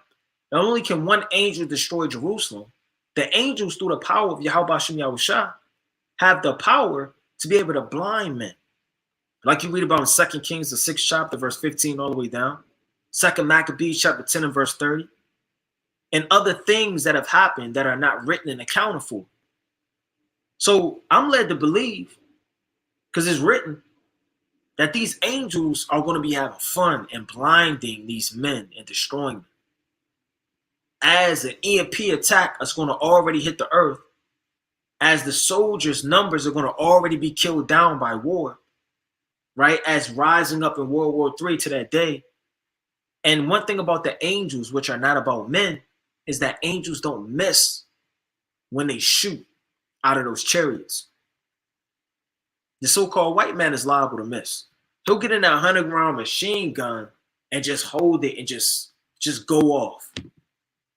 Right? And then they'll just, and they'll just start shooting everything up, man. The Lord said the angels shoot like lightning as a bow, it's like as a well-drawn bow to the mark. Paraphrasing greatly. Let me get that real fast.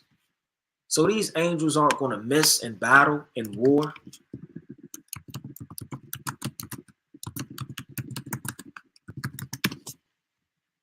Yahushua is going to be on the head of them.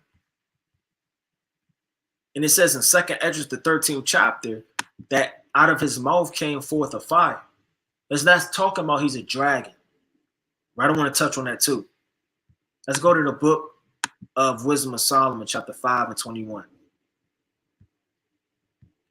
It says, then shall the right aiming thunderbolts go abroad. Those are out of those chariots. From the clouds, as from a well-drawn bow, shall they fly to the mark. It didn't say they was going to fly and miss. Man shoots and misses.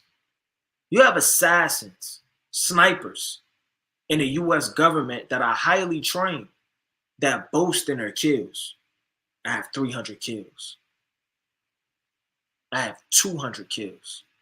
I have 75 kills. And my rate is 7-1.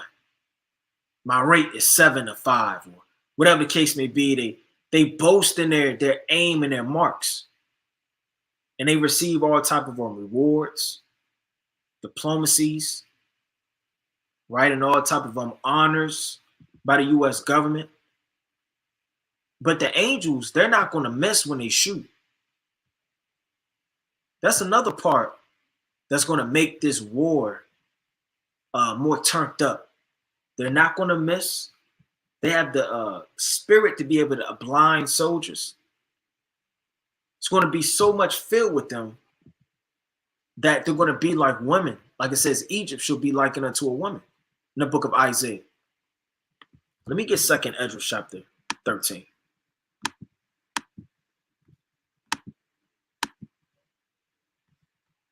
And it reads, and it came to pass after 7 days, I dreamed a dream by night, and lo, there arose a wind from the sea, that it moved all the waves thereof. And I beheld, and lo, that man waxed strong with the thousands of heaven. Right? That man is Mashiach Wamalak Yahushua, the king. And when he turned his countenance to look on things, so like all things trembled that were under him. It says, and when he turned his countenance to look, all things trembled that were seen under him. That's the same precept as Revelations 1-7. All nations and kindreds, right, they feared and they wailed because of him, all kindreds of the earth. And whatsoever the voice went out of his mouth, they all burned that heard his voice. That's what a king does. He gives orders. He splits up his army. And whatever the voice goes out of his mouth, they all burn that heard his voice. That isn't talking about, he's saying Robert, James, Mendy. And he's just quoting names and all men are getting evaporated. It's not what that's talking about. What's the voice of the Lord? The voice of the Lord are the angels. Let's get that in the book of Psalms, chapter 29.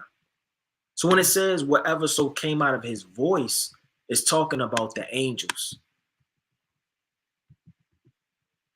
Right? This is the mighty book of Psalms, chapter 29 in verse number 3. The voice of the Lord is upon the waters. The God of glory thundereth. The Lord is upon many waters. Does that mean that a physical voice could transpire out your mouth and rest upon the Mediterranean Sea? No, it's not what that's talking about. Who manipulates the elements? The angels. The voice of the Lord is powerful. The voice of the Lord, right, is full of majesty. The voice of the Lord breaketh the cedars. Yet the Lord breaketh the cedars of Lebanon. Meaning all of the strength of men, kingdoms, men of authority.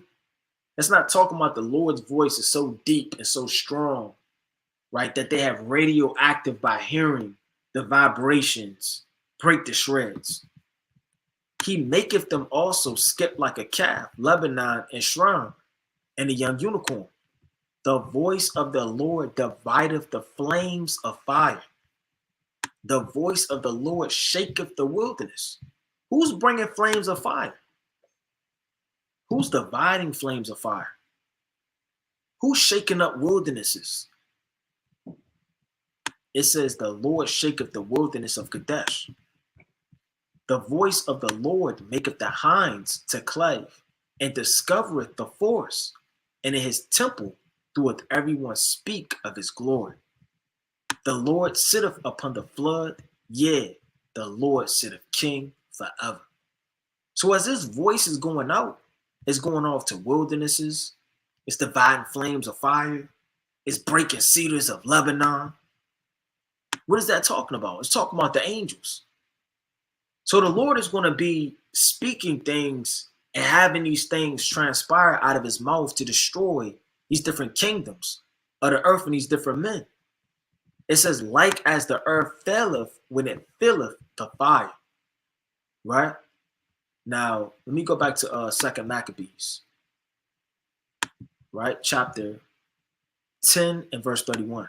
And there was slain of footmen 20,500 and 600 horsemen. 20,500. How many angels did the Lord send? Only 5. 5 angels. And the angels didn't do all of the work. They helped the men of Israel kill. How much more they're killing themselves? When you think about an army, we're not thinking about a mortal army. We're thinking about an immortal army. Angels can't die.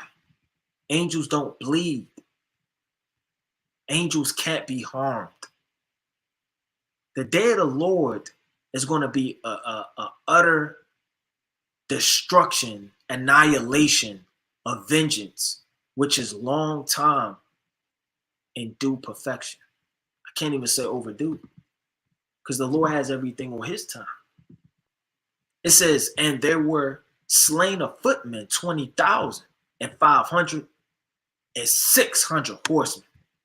So the Lord doesn't need many angels as you read the scriptures to destroy man, and especially our enemies, right? But let me get these 2 closing precepts. So you have to continue to put your trust in the Lord, man, no matter what's going on. Right, this is the mighty book, right, of Psalms, chapter 20 and verse number 7. It says, some trust in chariots and some in horses, but we will remember the name of the Lord our God. The name of the Lord is a refuge. It's not talking about you're going to remember Yahweh. The name of the Lord means things. When you say so-called, I don't know, some pizza company, their name means that they could get there in another 30 minutes or less because they put their name on the line. Your name is everything, right? Your name means who you are, what you stand for.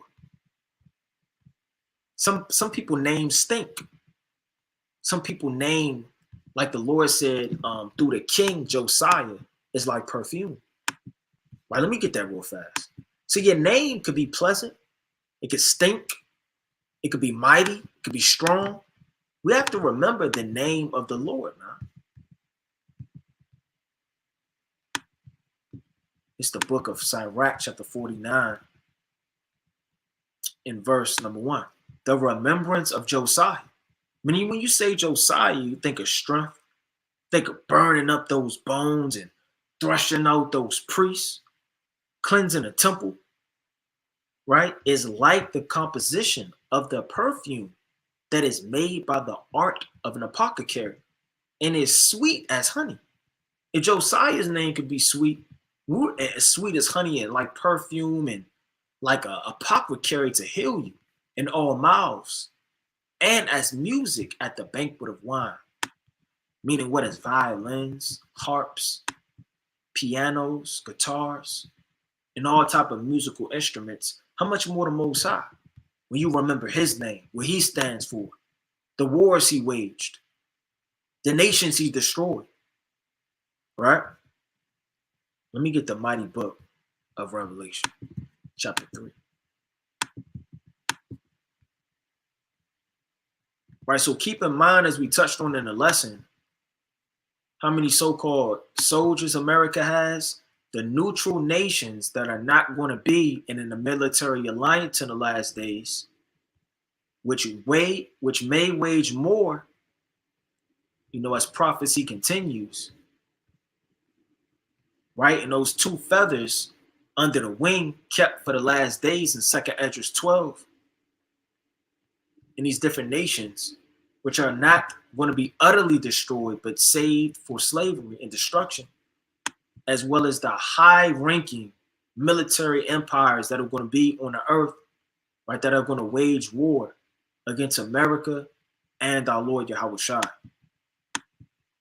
right, as well as the different branches of government, how not to fear this man's system or the intelligence he has, which is mortally garbage compared to the Lord and the angels, how quickly he can be destroyed by man, right? And to not trust in this world, right? And understand the might of the holy angels, led by our King, Yahweh Bashem Yahweh Shai. Let me get this in Revelation. It's the mighty book of Revelation, chapter 3, and verse 2. Be watchful and strengthen the things which remain that are ready to die. So whatever is ready to die on you, keep watch. Any and everything on you could be leaving you. It's as simple as that, man. No man right now on the earth has perfected himself in all things. He's perfect and he does not need to work on anything. We all need to work on things. How to love your brother better, how to call your brother when he needs you, give alms, read more, pray more, labor more, how to be more respectful to your husband, how to love your husband, how to love your wife, how to take care of your children and teach them the words of God, right? To be an example, to finally put your hand to the plow. You've been contemplating and putting it off for too long. Whatever it is that's strengthening up, right? That's about to die, you better hurry up and fix it before the Lord take it away from you. You no longer desire to fast anymore. You no longer desire to call your brother. You no longer want to be respectful to your husband or respectful to your wife. It's been dying off for so long. You've been so lukewarm, double-minded, and contemplating things for forever to the point where you felt it dying but did nothing about it. Now you're not strong anymore in that part. Till the Lord breaks down your body and casts you to an unclean place. For I have not found thy works perfect before Yahweh. Who is he talking to? Sardis. This church was on fire, man. It says, remember therefore how thou hast received and heard, and hold fast and repent. If therefore thou shalt not watch, I will come in thee as a thief, and thou shalt not know what hour I will come upon thee. I don't want to read on a little bit more. I normally stop right there. It says, thou hast a few names, even in Sardis, which have not defiled their garments. Meaning there's certain men that are perfect in Sardis, blameless, which didn't defile their garments amongst that church. Even though that church, seemingly the Lord didn't really have too much to rebuke about that church, other than that they needed to strengthen up the things which remain. It says, he that overcometh, the same shall be clothed in white raiment. I don't know about everybody watching this, but I want white raiment, man. I want that garment. I want that spiritual garment before I want that physical garment. You should want to be clean before the eyes of the Lord. The eyes of the Lord are 10,000 times brighter than the sun. He sees what you don't see. He sees hypocrisy. He sees lies. He sees you being scared and timid. He sees your double mind. All of that's going to be held against you. When you wash yourself, you want to make sure that you're ever so clean. If David was clean, the church of Sardis was clean, what manner of men had to be, man? How much did they do? How hard were they going for the Lord, man? For the Lord to say this about him. The Lord don't say this about every man. It says, and I would not blot out his name out of the book of life, but I will confess his name before my Father. That's physical. That isn't a parable. Yahweh Shem Yahushua is going to say, well done, my good and faithful servant. Thou hast been faithful over a few, I will make thee ruler over many. Enter into the joy of thy Lord. And that's going to be before the Heavenly Father and the holy angels. Or the Lord is going to say, depart from me. I never knew you, ye workers of iniquity. It says, and before his angels, he that have an ear, let him hear what the Spirit saith to the churches. So if you truly are those 7 churches, not physically during that time, but spiritually, you have a spiritual church of Sardis. No, those 7 churches are spirit. 7 is the number of completion. And the Lord is in the midst of the 7 churches. So he's in the midst of Israel. Like it says in the book of Joel, the 2nd chapter, verse 27 all the way down. So if you have the Spirit of the Lord, you got to hear what the Lord is saying to the churches if you're really a part of the church of Yahweh. But with that, right, I want to close out, giving all honor and glory to the Most High, right? I want to give all honor and glory to the Most High, Yahweh, Ba'ashema Mashiach, Omalak Yahushua. Lord willing, this was edifying. Continue to be on fire, read, pray, and fast, right, and be blameless in the last days. Shalom.